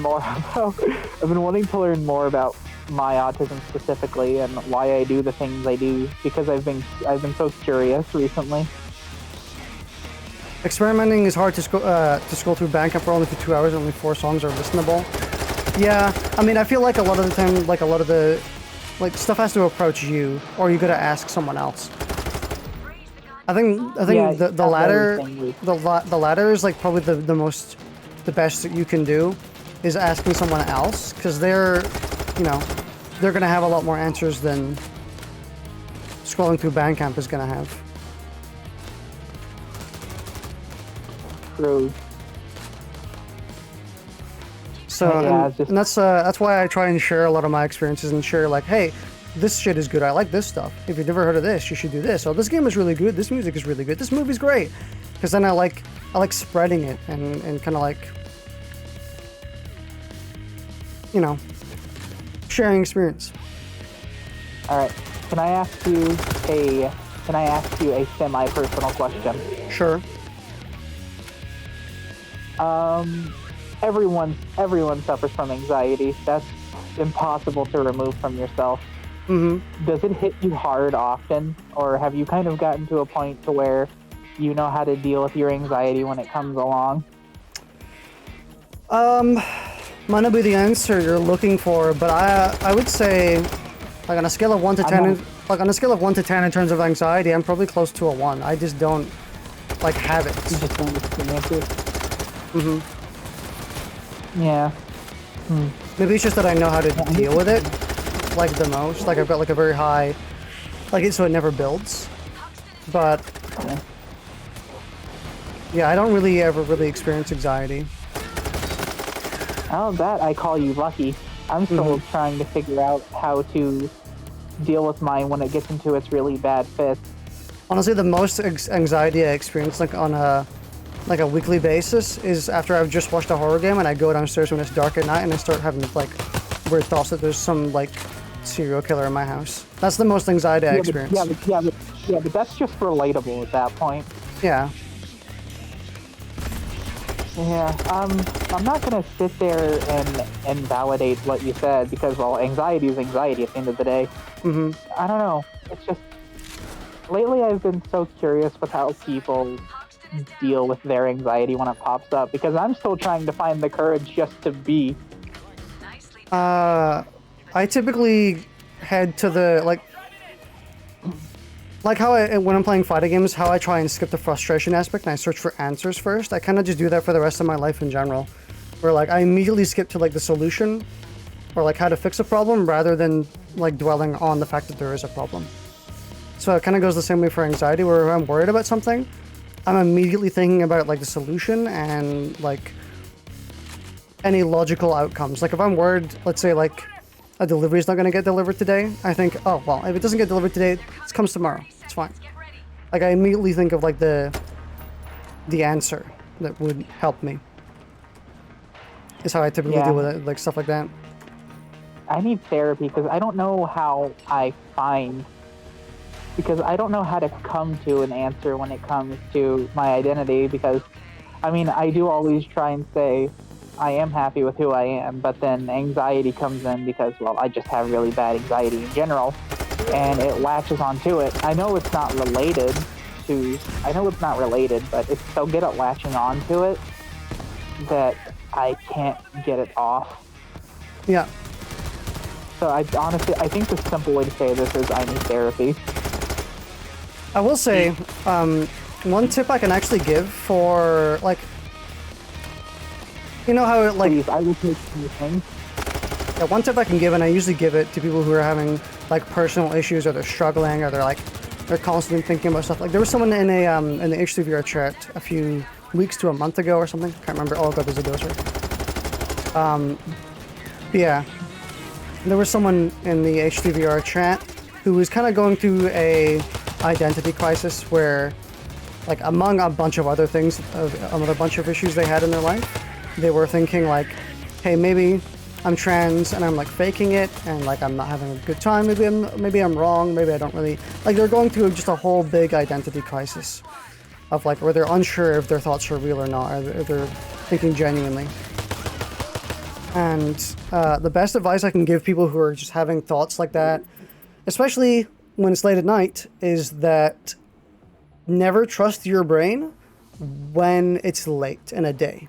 Like, once your day is more than halfway over, your thinking and your critical thinking is, like, shot. Because you're tired, you're thirsty, you're hungry, you're, you know.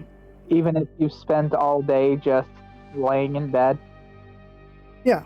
So, and I have this a lot too, myself, actually, that I deal with, is, it's not too big because I always immediately head to the solution, which is that, you know, when I'm thinking and when I'm having issues and when I try and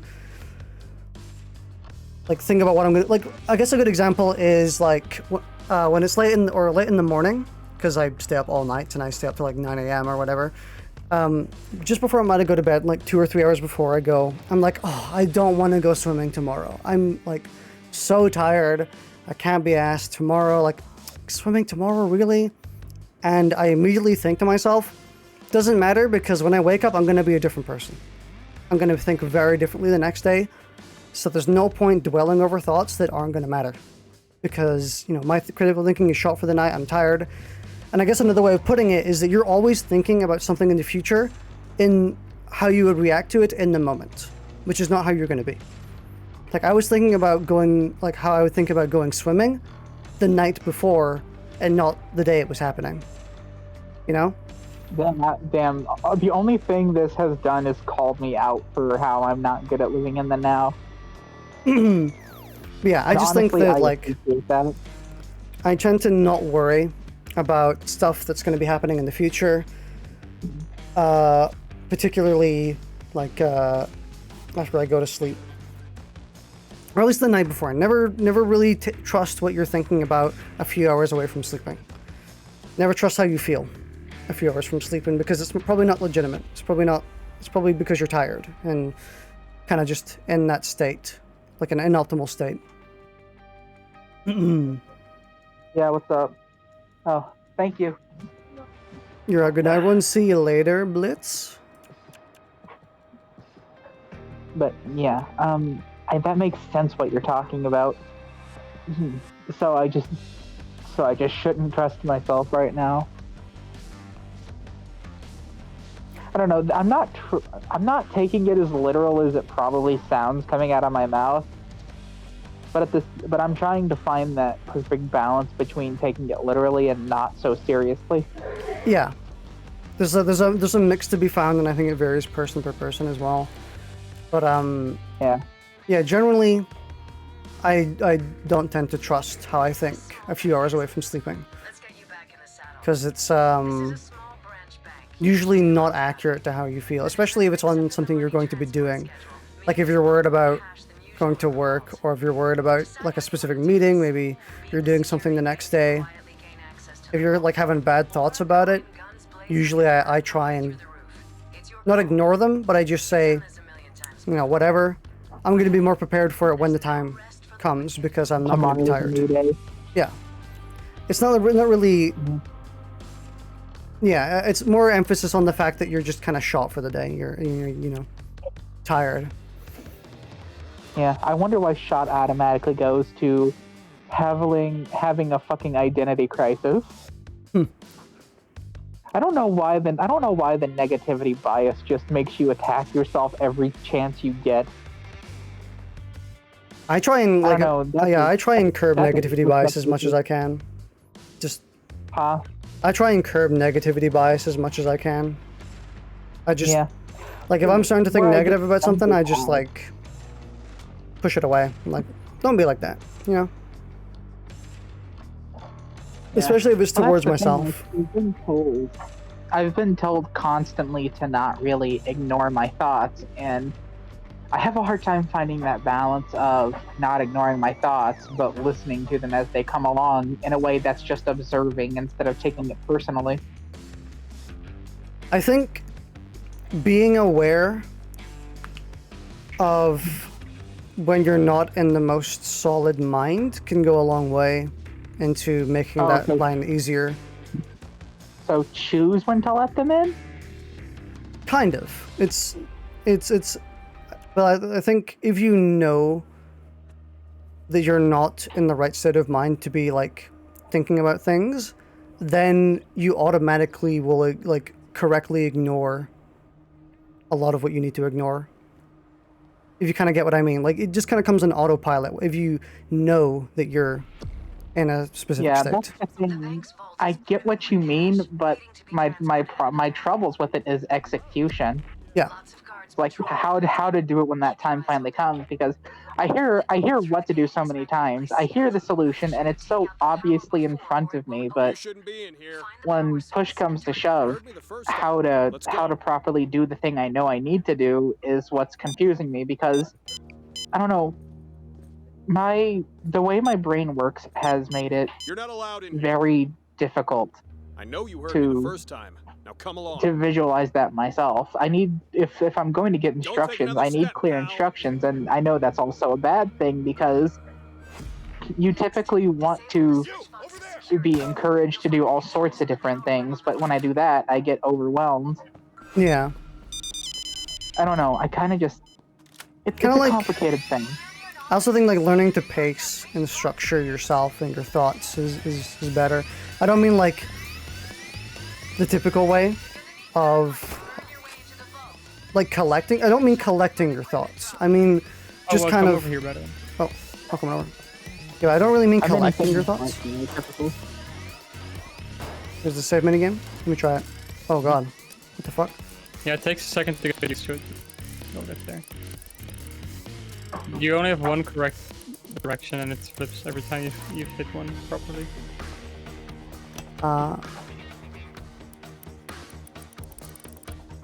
Oh fuck. Anyways, I didn't bring that up specifically.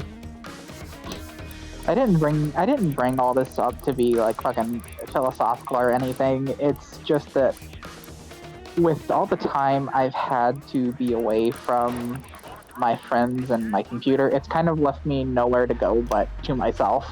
Mm-hmm. So it's just made a lot of things jarring. Which is why I've been finding myself in this identity crisis a lot more recently, and why I think about what if I actually just have been male this whole time and I just didn't want to admit it to myself, even though I really don't think that's true, because it took me 21 years to escape it, and I'm not willing to go back to experimenting with those pronouns. Yeah. And I've often argued with myself, is that just because I've spent so long with the wrong pronouns that I don't want to go back to it?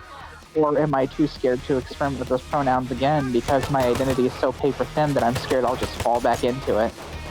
I mean, think about it from like a, I guess like a, I like to think about it from like a simpler perspective where like if you imagine someone you calling them, if it feels gross, then you're on the right path.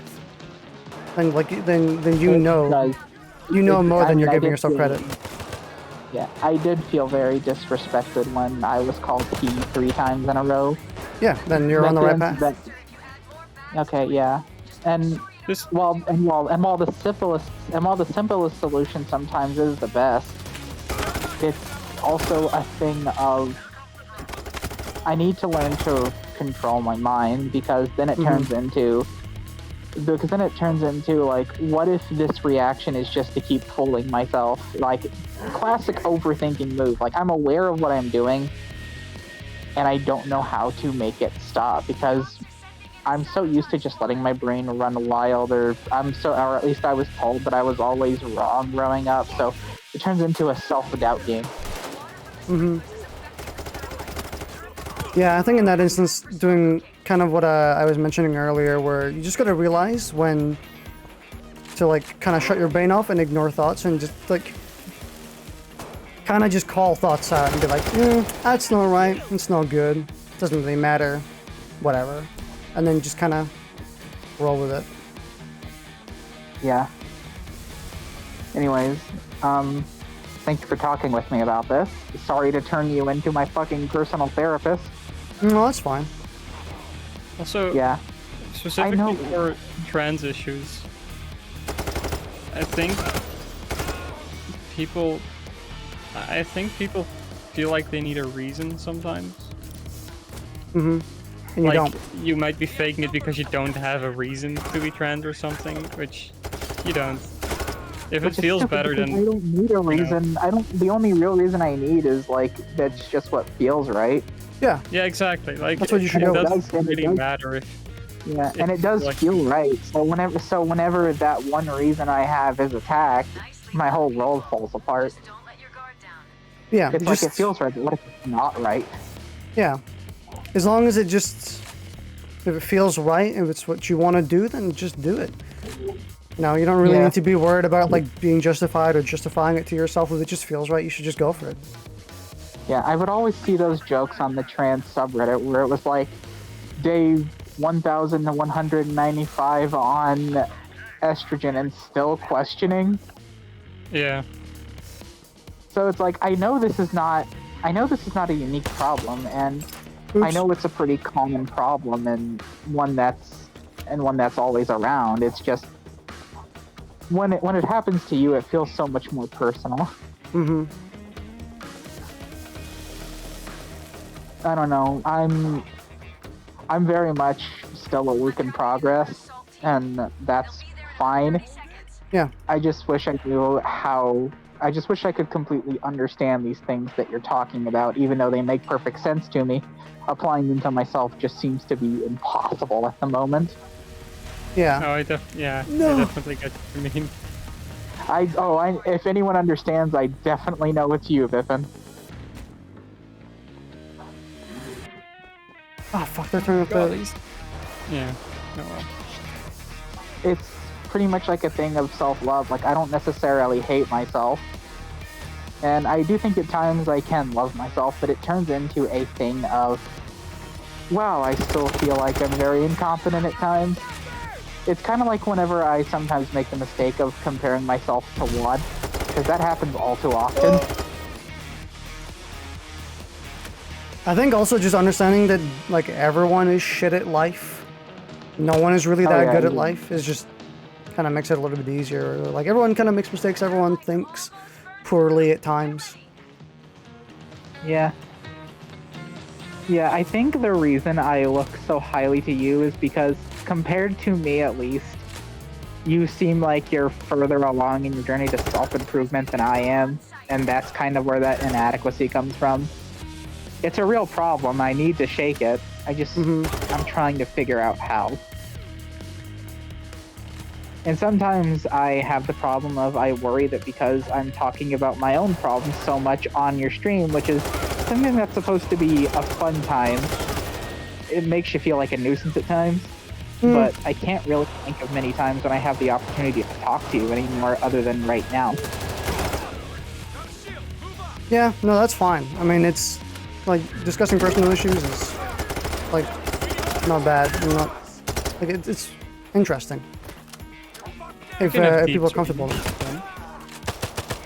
I mean, there could be thousands of people here, but I don't really care if they're listening. It's more of a fact of I want to talk about my personal issues with people that I trust, so that's why I'm here. And I want to get advice on how to be the best version of me I can be and what I need to get there.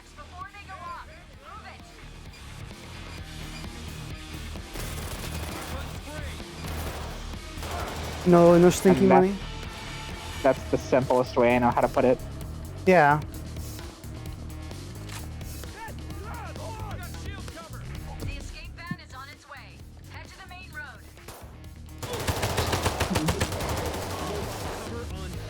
I think it's also like I typically am very like quick to the solutions to a lot of like issues I have and other people have. Not that I can fix everything and that I'm perfect, but you know what I mean. Like I said, it's kind of like an example when I said with my anxiety. I'm usually so good at dealing with it that it never really goes anywhere before I can fix it. I think that's what I need to. I think that's what I need to learn to take away from you. See, I think I'm relatively good at solving problems for other people. And then my own problems I just kind of ignore because it's easier. Yeah. I feel that's important. So in other words, you use other people's feelings as your escape. Yeah, pretty much. Like I can just ignore my own feelings. That's fine. And I can just learn to live through everyone else's feelings. I know that issue that you're doing, and fuck, it's really bad. Because then, like, because then hypothetically, well, what if everyone in your life just doesn't have a problem going on right now? Well, then there's no problems, right? I mean, I guess I also like just learning to deal with yourself is also another aspect. And I feel like I'm pretty good at learning to deal with dealing with myself as well. Because I think also like being afraid to deal with yourself is going to lead to like a lot of issues. usually. Yeah, I mean, I'm definitely afraid of myself. I can't even lie to myself about that. I just don't know why. I thought about maybe it's because of my upbringing, or maybe it's just because I don't know. I can't even begin to think about where that problem would stem. No! I'm getting my ass beat. Alright. Oh, those are sticks. I thought that officer just straight up like went full baraka on you. But started stabbing me. Yeah. Dozer. Fruit Where? ninja on your organ. Pinging is so fucking shit in this game. It's impossible. Yeah, I don't know. I think I need to try and remember everything I'm being told because I want to. Plus, you can improve always just, myself. you can always just ask I again almost- as well. Yeah, I almost said fix myself, and that's the wrong wording. Improve yourself. Is it? Would be a better one? Improve. Yeah, I did say improve. I said I almost said fix. I've definitely gotten better about that, at least. I can give myself credit there. I still feel like I can be emotionally dependent at times. And I really dislike that about myself. And that's kind of just been the thing I've been focusing on a lot, so anxiety hasn't really crossed my mind. But now everything is crossing my mind at once. Yeah. Just try and like pace yourself, take it in turns. You know? Yeah. You can't If I fix had to pick priority, you can't fix every issue at once, so may as well okay, well, go if I systematically. have to give it priority, I kind of want to fix my... Then I kind of want to focus on my anxiety problems first. I can kind of... Yeah, I said I sometimes feel emotionally dependent, but not all the time. I more so feel emotionally dependent like right now. But I feel like I can... Since it doesn't happen all too often anymore, I feel like I can deal with it for a little while. The anxiety definitely hits worse because I don't know how to curb it when it shows up. Oh. Come on. Where is bro? We can hose him down. Completely random, but I randomly watched your Splatoon video on the channel for no reason. My what video? Your ink recovery video. Oh yeah. I don't know why. I kind of just watched it. It's understandable. So I think it's a pretty good video. I pretty was good. going to make more of those, and I did say I was going to make more of those, but genuinely, part of the reason I didn't is because everything kept like ballooning, or like the amount of information I was going to have to put into every video kept ballooning the more comments I got on that one video, because everyone started giving me more and more information, and I was like, okay, well, I've already half done with this video, you know, I've already structured the next one, I've got it like on the way. And I was like, oh, but I should add this. Oh, but I should also add that. Oh, I should also add that. And it's like, eventually I just decided I wasn't gonna make more of them, because the amount of information I was gonna have to put in and like test for was gonna be like too much. And then also to be told in the comments even more information and that I could have included, or that I would have to include in the next one, and like I said, it was just gonna balloon. Yeah. Plus, there's the issue of like, what would it be called? Like, just kind of improvement creep, where I would because the first video is relatively simple. It basically just shows the difference, which is what I wanted them for, because I realized there wasn't stuff like that in Splatoon, or on like Splatoon YouTube. There wasn't like anything really just showing the differences side by side between all the skills. And that's all I wanted it to be. And then I realized that after I started making the next video, which was on run speed, and I started including so much more stats and so many more comparisons, I was like, this is too much. Like, this is not what I originally intended. I was going for something way simpler by comparison. Yeah. Like, I was trying to cover more than I wanted to. Let's get you back in the saddle. This is a small branch bank, Oof. usually low traffic. Yeah, that whole thing was a lot to take in. Mm-hmm. But I mean, if you need more help with just anything, you can always just ask again for refreshers and again, Yeah, I'm taking sure I it. will, because one, I can't really afford therapy, so at the very least, I need advice in any way, shape, or form. Mhm. I used to get so fucking defensive whenever any criticism would come my way, but now I need it at this point. And I can't even lie to myself anymore about it. I mean, even just taking that in like a nicer way, where it's like, you know, you can't do everything by yourself, and it's fine for other people. I can't do it. I can't do it by myself. I feel like self-improvement, even though there's self in the word, I feel like you really can't do it by yourself. Some people can, but it varies from person to person. Yeah, I don't know. It's just, you always hear such conflicting advice on everything. It's because everyone's experiences are different. Yeah. Whoops. And isn't that just a lovely thing about the world? But now I'm wondering if my impulse to try out non-binary pronouns was basically a product of my thinking being fried, or if this was even a valid concern to bring up in the first place. I mean, even I think in like situations like this, okay, situations like this, ignoring those type of thoughts is probably a good idea, because like it doesn't matter. You don't need a reason. You don't need a justification. I don't need a justification to be who I am. Yeah, you can just be like, hey, I want to try non-binary pronouns. It's like, okay, it's fine. It doesn't matter if it's justified. You know, if that's how you're feeling, you don't need to convince yourself that you need a reason to feel like that.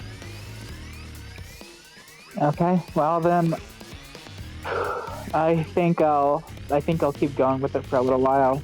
I mean, if worse comes to worse, I just learned something new about myself.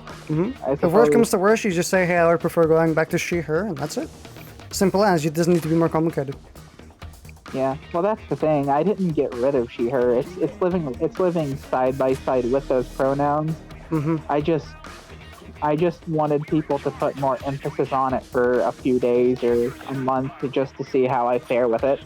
Because I will tell you, the first time you said that's what they want you to think, that did catch my attention and make me do a double take. So I suppose that's a pretty good start for how I felt. I suppose that does mean it does. Oh my god, feel my fucking kind of weird. It feels weird. I don't want to say it feels wrong. It just feels weird. Yeah, that's how I feel when I get called he IRL. Is like it kind of just catches your eye or catches your ear and you're like, that's not right. And I eventually started to just feel like that. That's before I decided I was they them as well. Because it just kind of started to feel not right. Like, Yeah. didn't really like it. Well, for me, I never questioned it until I even started to question what I am. So it never felt wrong until I started questioning who I was myself. And now it feels disgusting to hear he, him. Yeah, I think it's a matter of if someone uses pronouns for you, if that like internally just instantly registers as, oh, that's me, you're talking about me. Yeah. Or not. Yeah, but But I am saying this is someone who doesn't really have to think about that. From the one time I was called they, it definitely stood out, but it didn't feel bad. Yeah. And whenever I'm called he, I don't even really think about it at all. Whenever I'm called he, I do think about it. It kind of like, at least every time it's mentioned, I'm like, that's not right. It's just, it's wrong, and that's But I don't try and correct people on a lot of the time because like a lot of these people I'm not gonna see anyway. Again, anyway, doesn't really matter. So mainly when I'm like in public as well.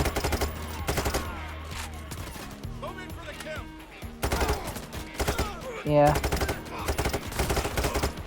Yeah, I don't. Jesus, it's a complicated subject, I suppose. It's simple, but it feels so complicated. I think it can be as complicated as you would like it to be. And that's not a bad thing. If you want it to be complicated, it can be complicated. But if you would like it to be simple, you can just think about it in like simpler terms. Yeah. I don't know. I mean, hey, if you ever have free time, then I'm usually always... I guess to put it simply, I'm considering new perspectives. Because at this point I need it. I've been stuck in my own for too long, and it's very clear that it's not doing me all types of good all the time. So honestly, I'll just take any random advice that works for you that you can give me. Yeah.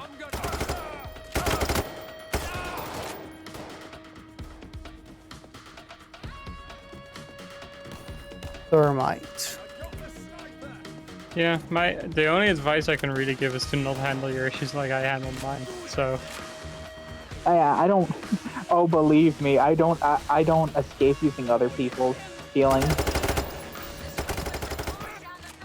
That being said, I don't know how you handle your issues or avoid handling them completely, so I can't say I'm not like you. Well, I just don't. I just ignore them as much as possible until I literally cannot anymore.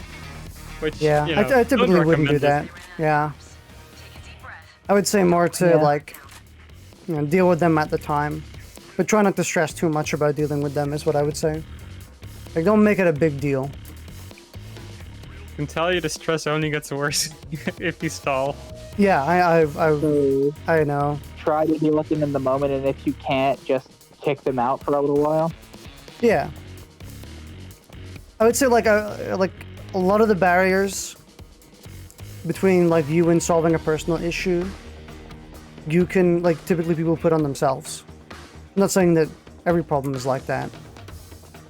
You know, the less like mental barriers you put between the solution, the less stress it would give you to try and solve it. And eventually you can just like, what I typically do is I don't really put up a lot of mental barriers to solving issues. I kind of leave that space open, in a sense. Well, then what barriers am I putting up? Maybe like making it more complicated than it sounds, thinking that it needs to be more complicated, or that it should be. I can believe this. Just like, I could be completely wrong. It's just basic, like, saying one of the possibilities. Probably one of the most common.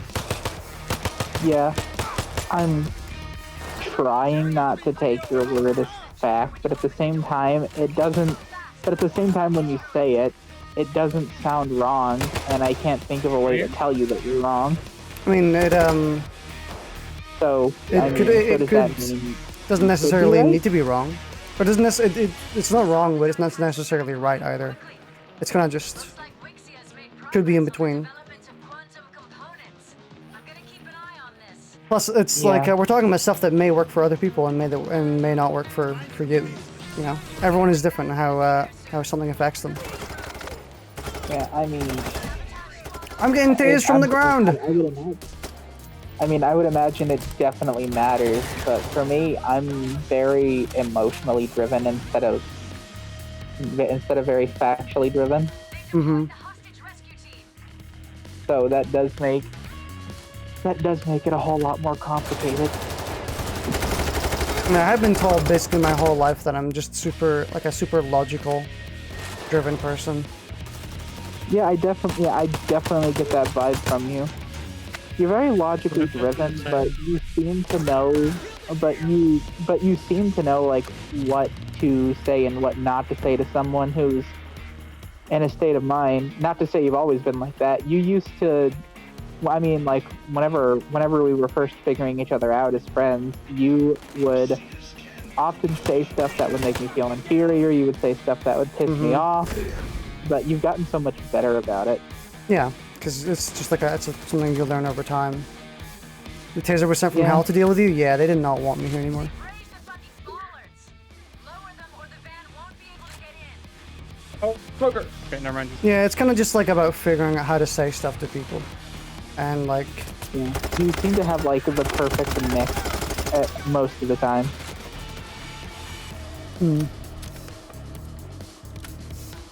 Like you really nice know who you're talking to. Yeah, it's nice to hear that though. Since I try and... I mean, when I'm talking to someone, I generally think about it a lot. Yeah, I mean, you do well with it. I know for a fact you wouldn't talk to... I know for a fact you wouldn't talk to me and Bipin the same way. Yeah, I also I have... feel like it looks pretty different. I do tend to also think a lot about who I'm talking to. Yeah. It's, Like how to phrase things, like phrasing things differently between people is like probably one of the like important things to learn when you're like discussing or like talking with and others. also just the energy you're putting into like, yeah, like, don't know how to explain it better. Just the energy you give off when you're having a conversation with someone. Yeah, like kind of figuring out the tone as well. Yeah, some people are better with like the high energy, like really busy conversations, and other people just want to like have a chill chat. Yeah. Well, nowadays I'm very much into talking about common problems that everyone goes through. Especially since a lot of those common problems are the ones that I'm having. But that's mainly just because I want to get to the bottom of it, and I often also have this one problem where if I don't know what to talk about, I will automatically default to these troubles and trials, and it's then by an extension the ones I'm personally going through. And I kind of don't like that because I hate it when a conversation always comes back to talking about myself. I mean, it's not the worst. It's not bad. Because it just adds, like, it's something to talk about, and if you want to talk about it, you can talk about it. And if everyone else is comfortable talking about it as well, then there's not really an issue. Yeah. Geez, I'm about to do it again. It's also a thing of, I do try to consider who I'm talking to, but I only know how to talk in one monotone way to the point to where it becomes hard to, you know, speak certain ways with everyone. And I'm not trying to be rude, but I'm very slow to pick things up. Especially if it's new. By the way. Okay.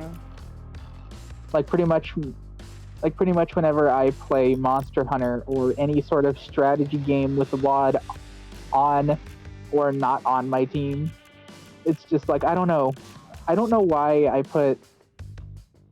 don't want to say I put Wad on a pedestal, but I hold Wad's opinion in such high regard just because I've seen a few things that Wad has been able to handle very well or has been able to accomplish, and it's like, how do I do that?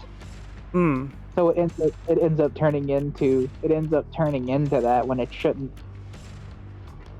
But you know, everyone has people they look up to, so I don't think what I'm doing is necessarily wrong.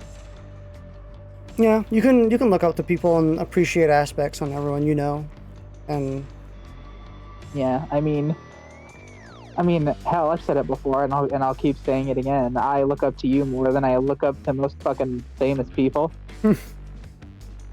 I mean, like, I don't. And I do have appreciate that.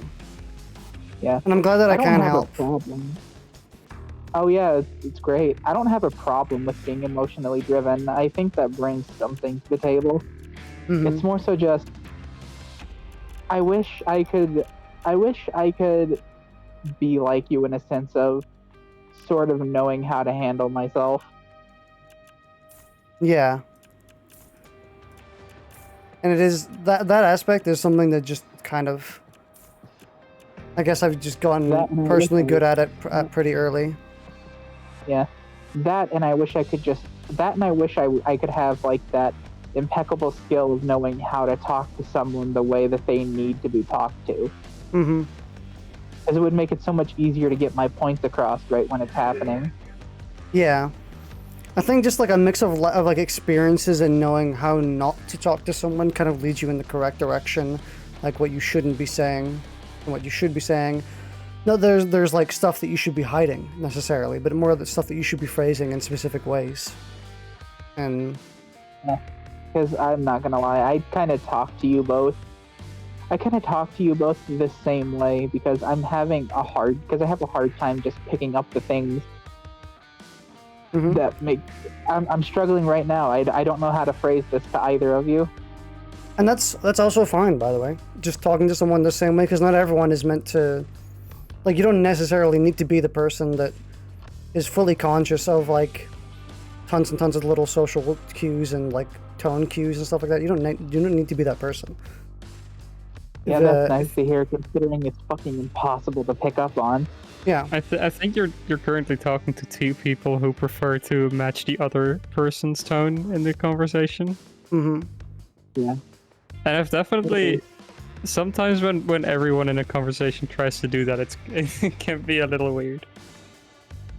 It ends up being like a very weirdly cautious conversation because you're both trying to figure each other out.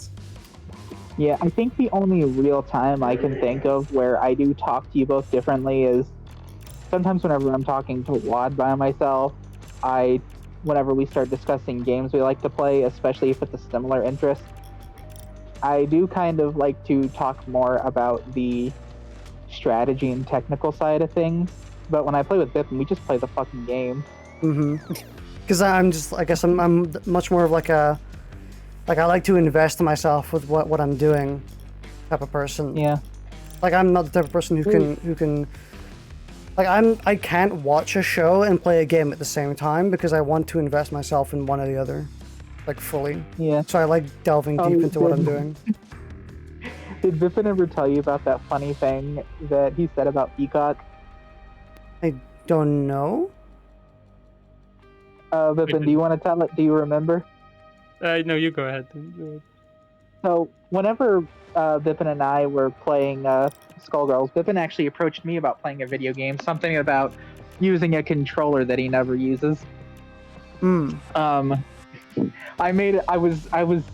was joking around and I just said, yeah, Peacock is balanced. And then Bipin just tacked on the funniest, yeah, Peacock is balanced in her favor. And it made me die laughing. It's like, if there's one thing I can say about Bipin's like, whether it's accidental or on purpose, your timing of just making jokes is so fucking perfect. I do not know how you do it. You always just spew funny Yeah, very, shit very. that would otherwise just be like worth a chuckle at least. Yeah, very quippy, very like on the nose and very, very fast. You know. Yeah, I would definitely say like 70% of the jokes come from you. Mm-hmm. And then whenever you get something going, Wad just picks up on it and does the most Wad thing ever and just turns it into a fucking mile. Yeah, a lot of like joking around in comedy is taking what someone else starts and like progressively adding to it like a Jenga tower, piece by piece. Yeah. And I feel like when it comes to my version of, I feel like all the jokes I ever make is just like either something accidental because I'm usually funny when I'm not thinking about it, or just whenever I don't think something through completely in my head. And I just say something really stupid, like that one time when I asked, "You think Faust has skin underneath that bag?"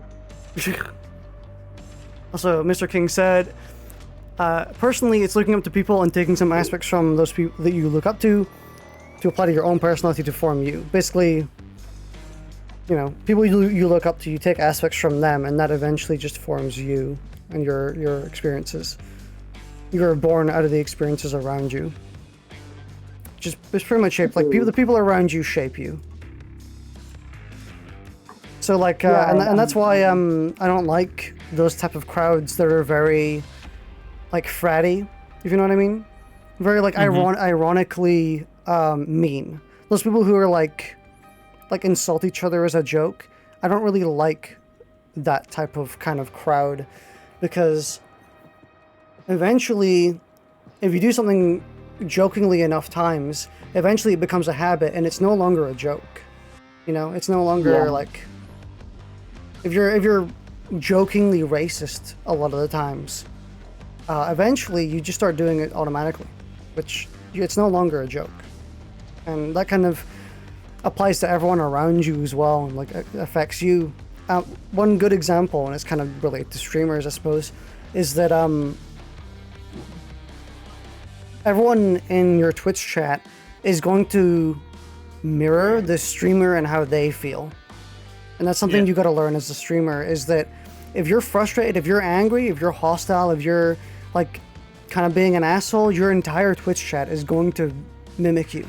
Is going to foster that environment where everyone is kind of like mean, an asshole, is not very happy, is kind of frustrated, is constantly voicing displeasure. But if you're constantly happy, if you're constantly nice, if you're just being a general good, like having a good time, everyone in your Twitch chat is going to have a good time as well. They're literally going to like replicate the streamer's mood. Yeah. And you know what? That is definitely true. Because oh my god, I remember whenever I was spending like all my fucking free time just playing video games with you two. That was pretty much what. I was just gonna say it's also evident in like this stream is just an example where like we're all talking about like personal issues and kind of discussing stuff. Everyone who was in the chat is also getting involved in talking about like personal issues and how they dealt with them, and like we're all in like the same tone, the same theme. So it kind of just, and that applies to friend groups as well. We're like, and that's why I really just don't like that like fratty kind of vibe where everyone's just ironically assholes. Just, it's not very pleasant to be around long term, and just eventually leads to everyone else just turning into unironic assholes. Yeah, and sometimes, and then if you have certain problems, it makes it hard to tell what is and isn't a joke sometimes. Yeah, it makes it hard to communicate issues as well, because especially was noteworthy on Mistake's friend group a while ago. It's not as bad now because Mistake talked with everyone about it, but before, all of Mistake's friends are obviously teenagers. They're in that like kind of like not edgy, but they're in that kind of harsh phase where they're kind of just all mean to each other. Where, you know, Mistake would post a work in progress of a track, and everyone would go like, "Why is this shit out of tune? This shit sucks ass, dude." And or John would show something that wasn't finished, and they would go like, "Oh, why is this so?" Basically, they would just generally always be negative or like an asshole, and even if it was a joke, a lot of the time, it was wearing Mistake down a lot, and I could tell because like he just didn't really enjoy that aspect of like communicating with everyone.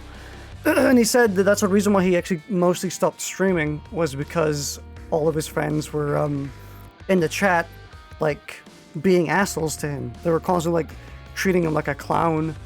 I've got a frog in my throat. I'm not like emotional right now. I've got a frog. But yeah, they would treat him like an asshole and like a clown and like insult him constantly. And even though they were jokes, eventually that like it became hard to tell. Not just became hard to tell, but it starts wearing down over time. Yeah. Like it just kind of wears you down, and eventually you just stop. Yeah.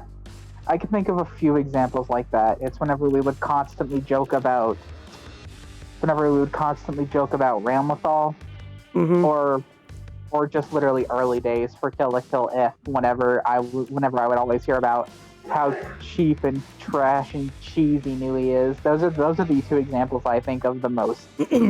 Yeah. Yeah.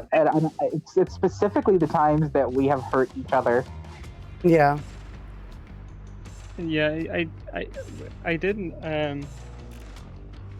With Mistakes example, I did also notice that whenever he posted something in his Discord channel, the comments always made me feel really uncomfortable. The responses. Yeah. It's like I know I did similar stuff as a teenager, but man, is it hard to look at. And I have some friends. Apologize. I have some friends, and we do also do the like insulting each other thing. But it's also like I've known that person for like 10 years at this point. So we have a very good grasp of what we can and can't say with like being hurtful.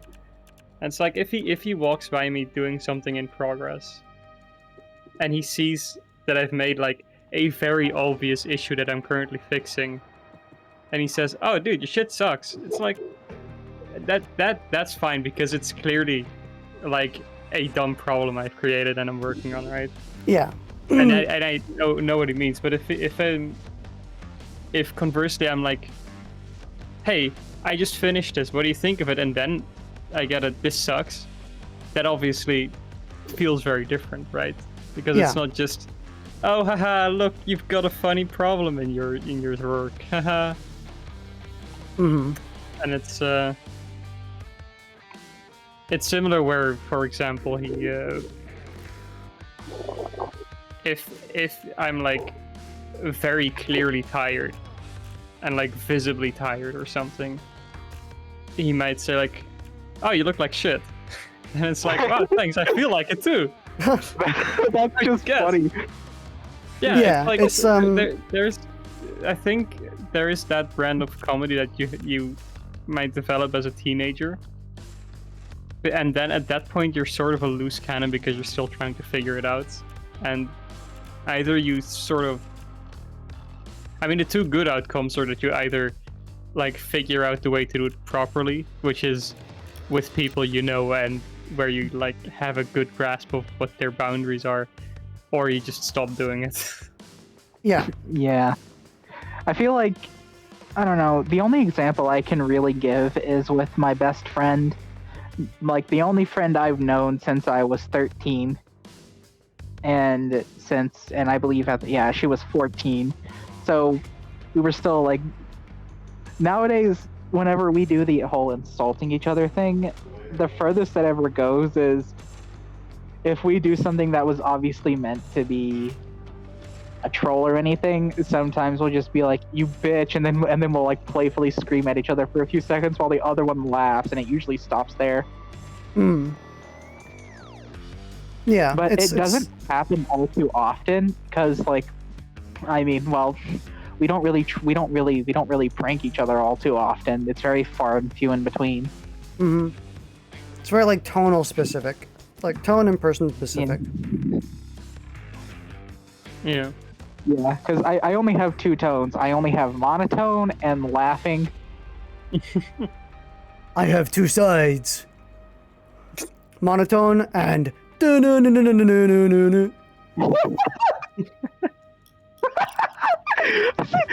fuck do you do that? It's so funny. You and Bipin are so good at that, I swear.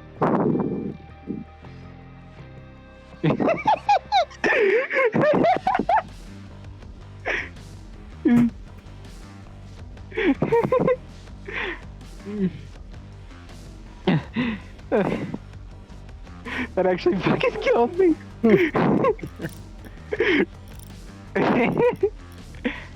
I don't know. I think I just needed this. Yeah, I definitely cannot wait to. I definitely need to spend more time with you two, because I kind of have fallen away from some of the stuff that you have taught me, but at the same time, talking about all of it and thinking back on the past and just being here right now, it's made me realize on like how ever since I have come into these streams, my behavior was influenced for the better.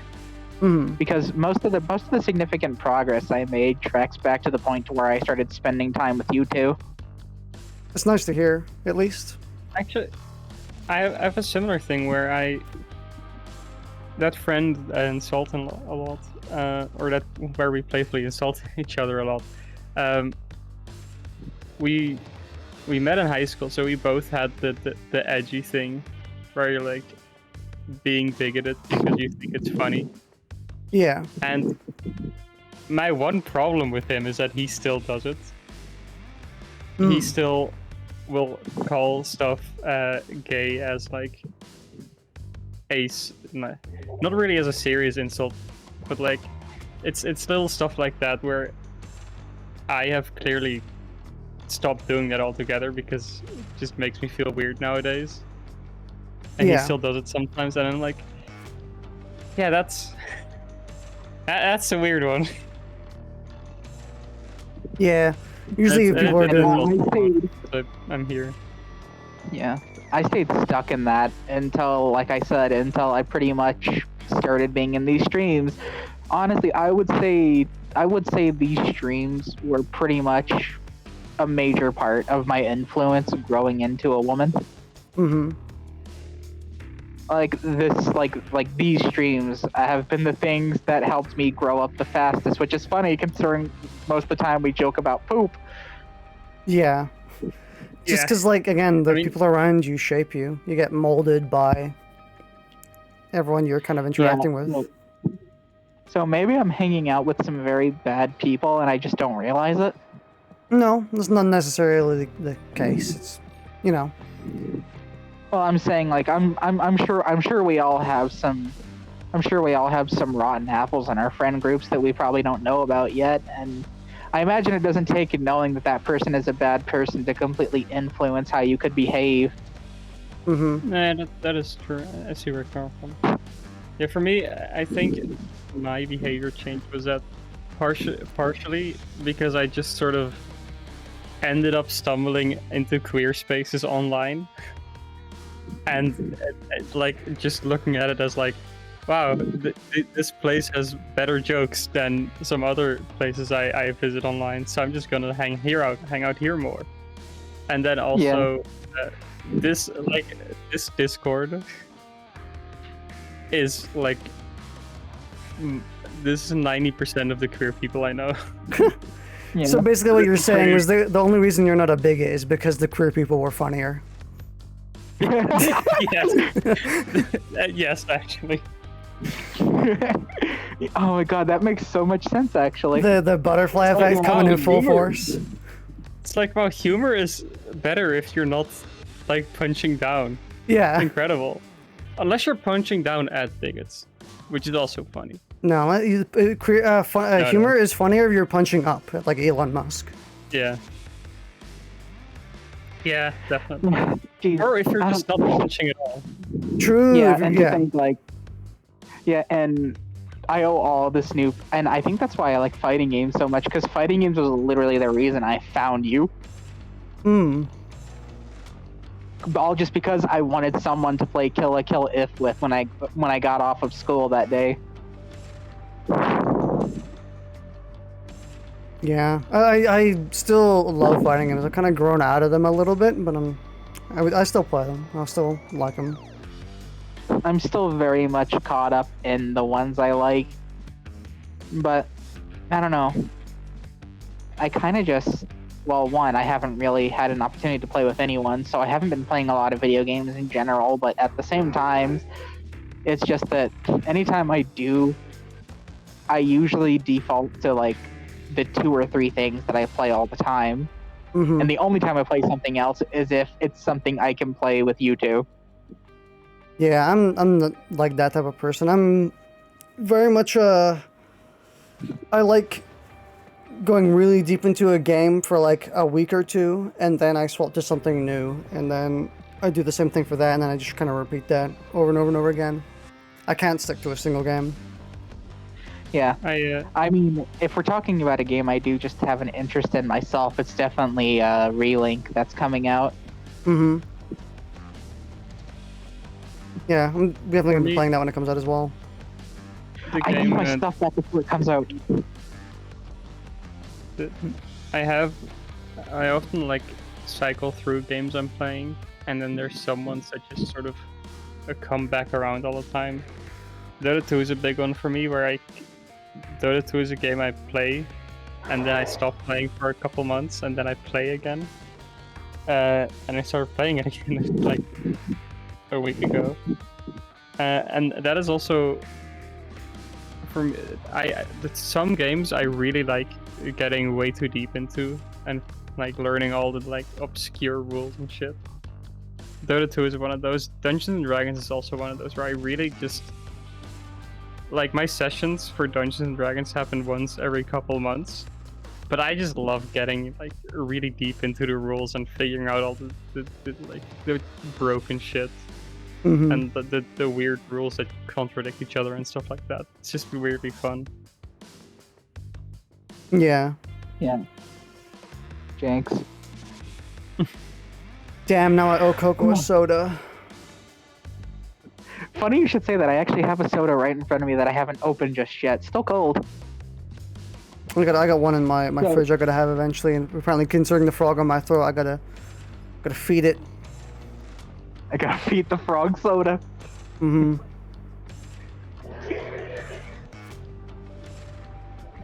Well, I suppose that's us done for now, I guess, with Payday 3.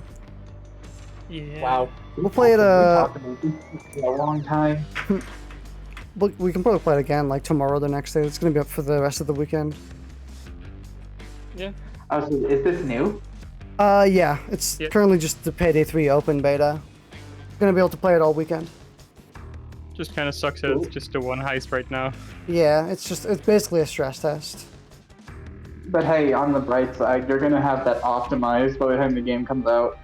True. We're gonna have a good feel for the game by the time it releases in about a week and a half.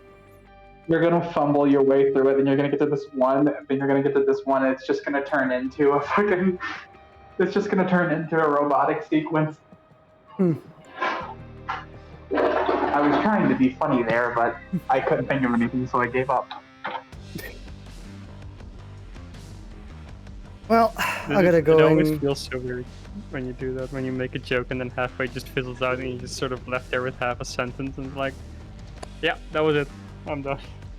Mm-hmm. Yeah, that was it. I'll see myself out. You run I out forgot of... my out of coat. yeah, you run out of stamina. Joke stamina. Joke stamina. My joke stamina is literally just 1. You just fuck up your combo pretty much. You drop your joke combo. True. How the fuck did you do? Like, you did it again. You turned it. You found a way to just make it funnier. Your joke combo. Everyone else teched out of it.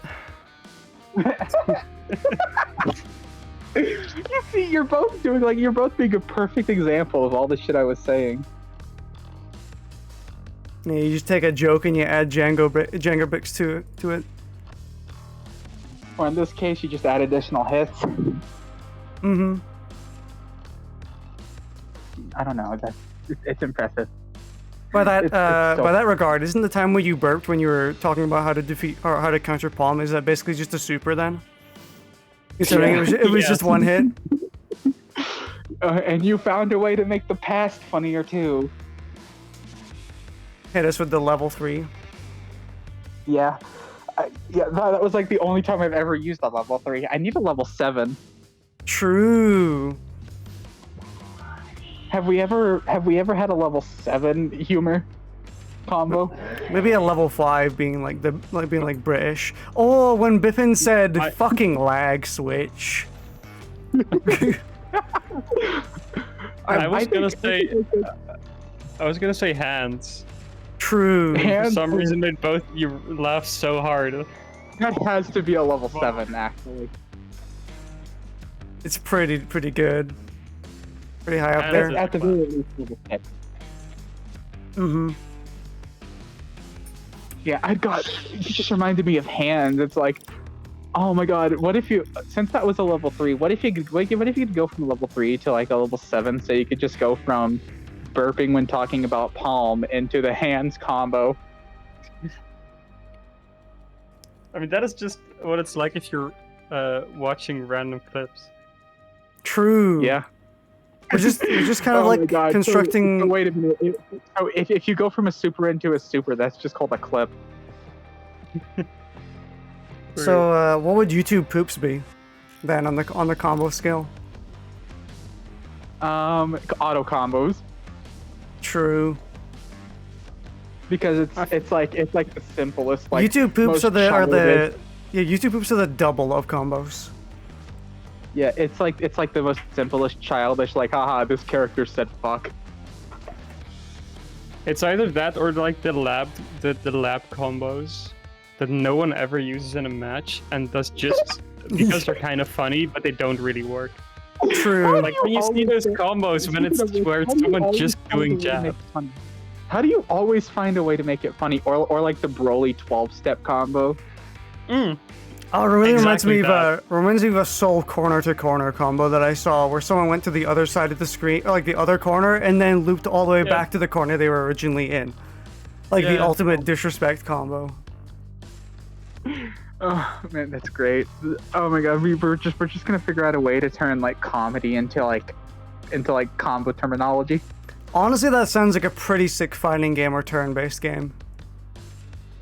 Where like the combos are all jokes. It's like a version of the insult simulator. The YouTube poop combo section.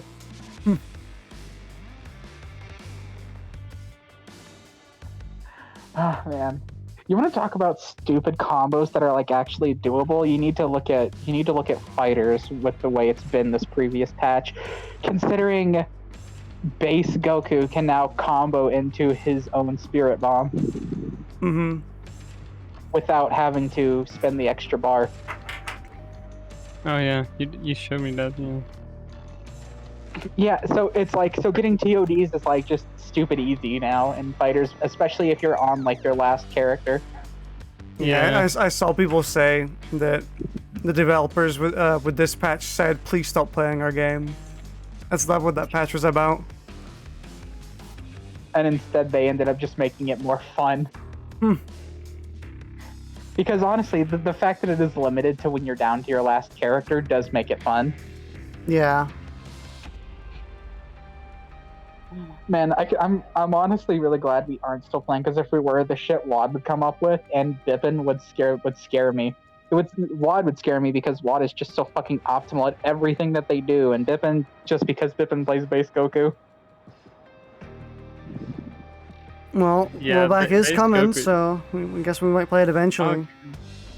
Yeah. Nice. That being said, I'll gladly go back to it, because I do still have my Switch, so if I wanted to, I could still play.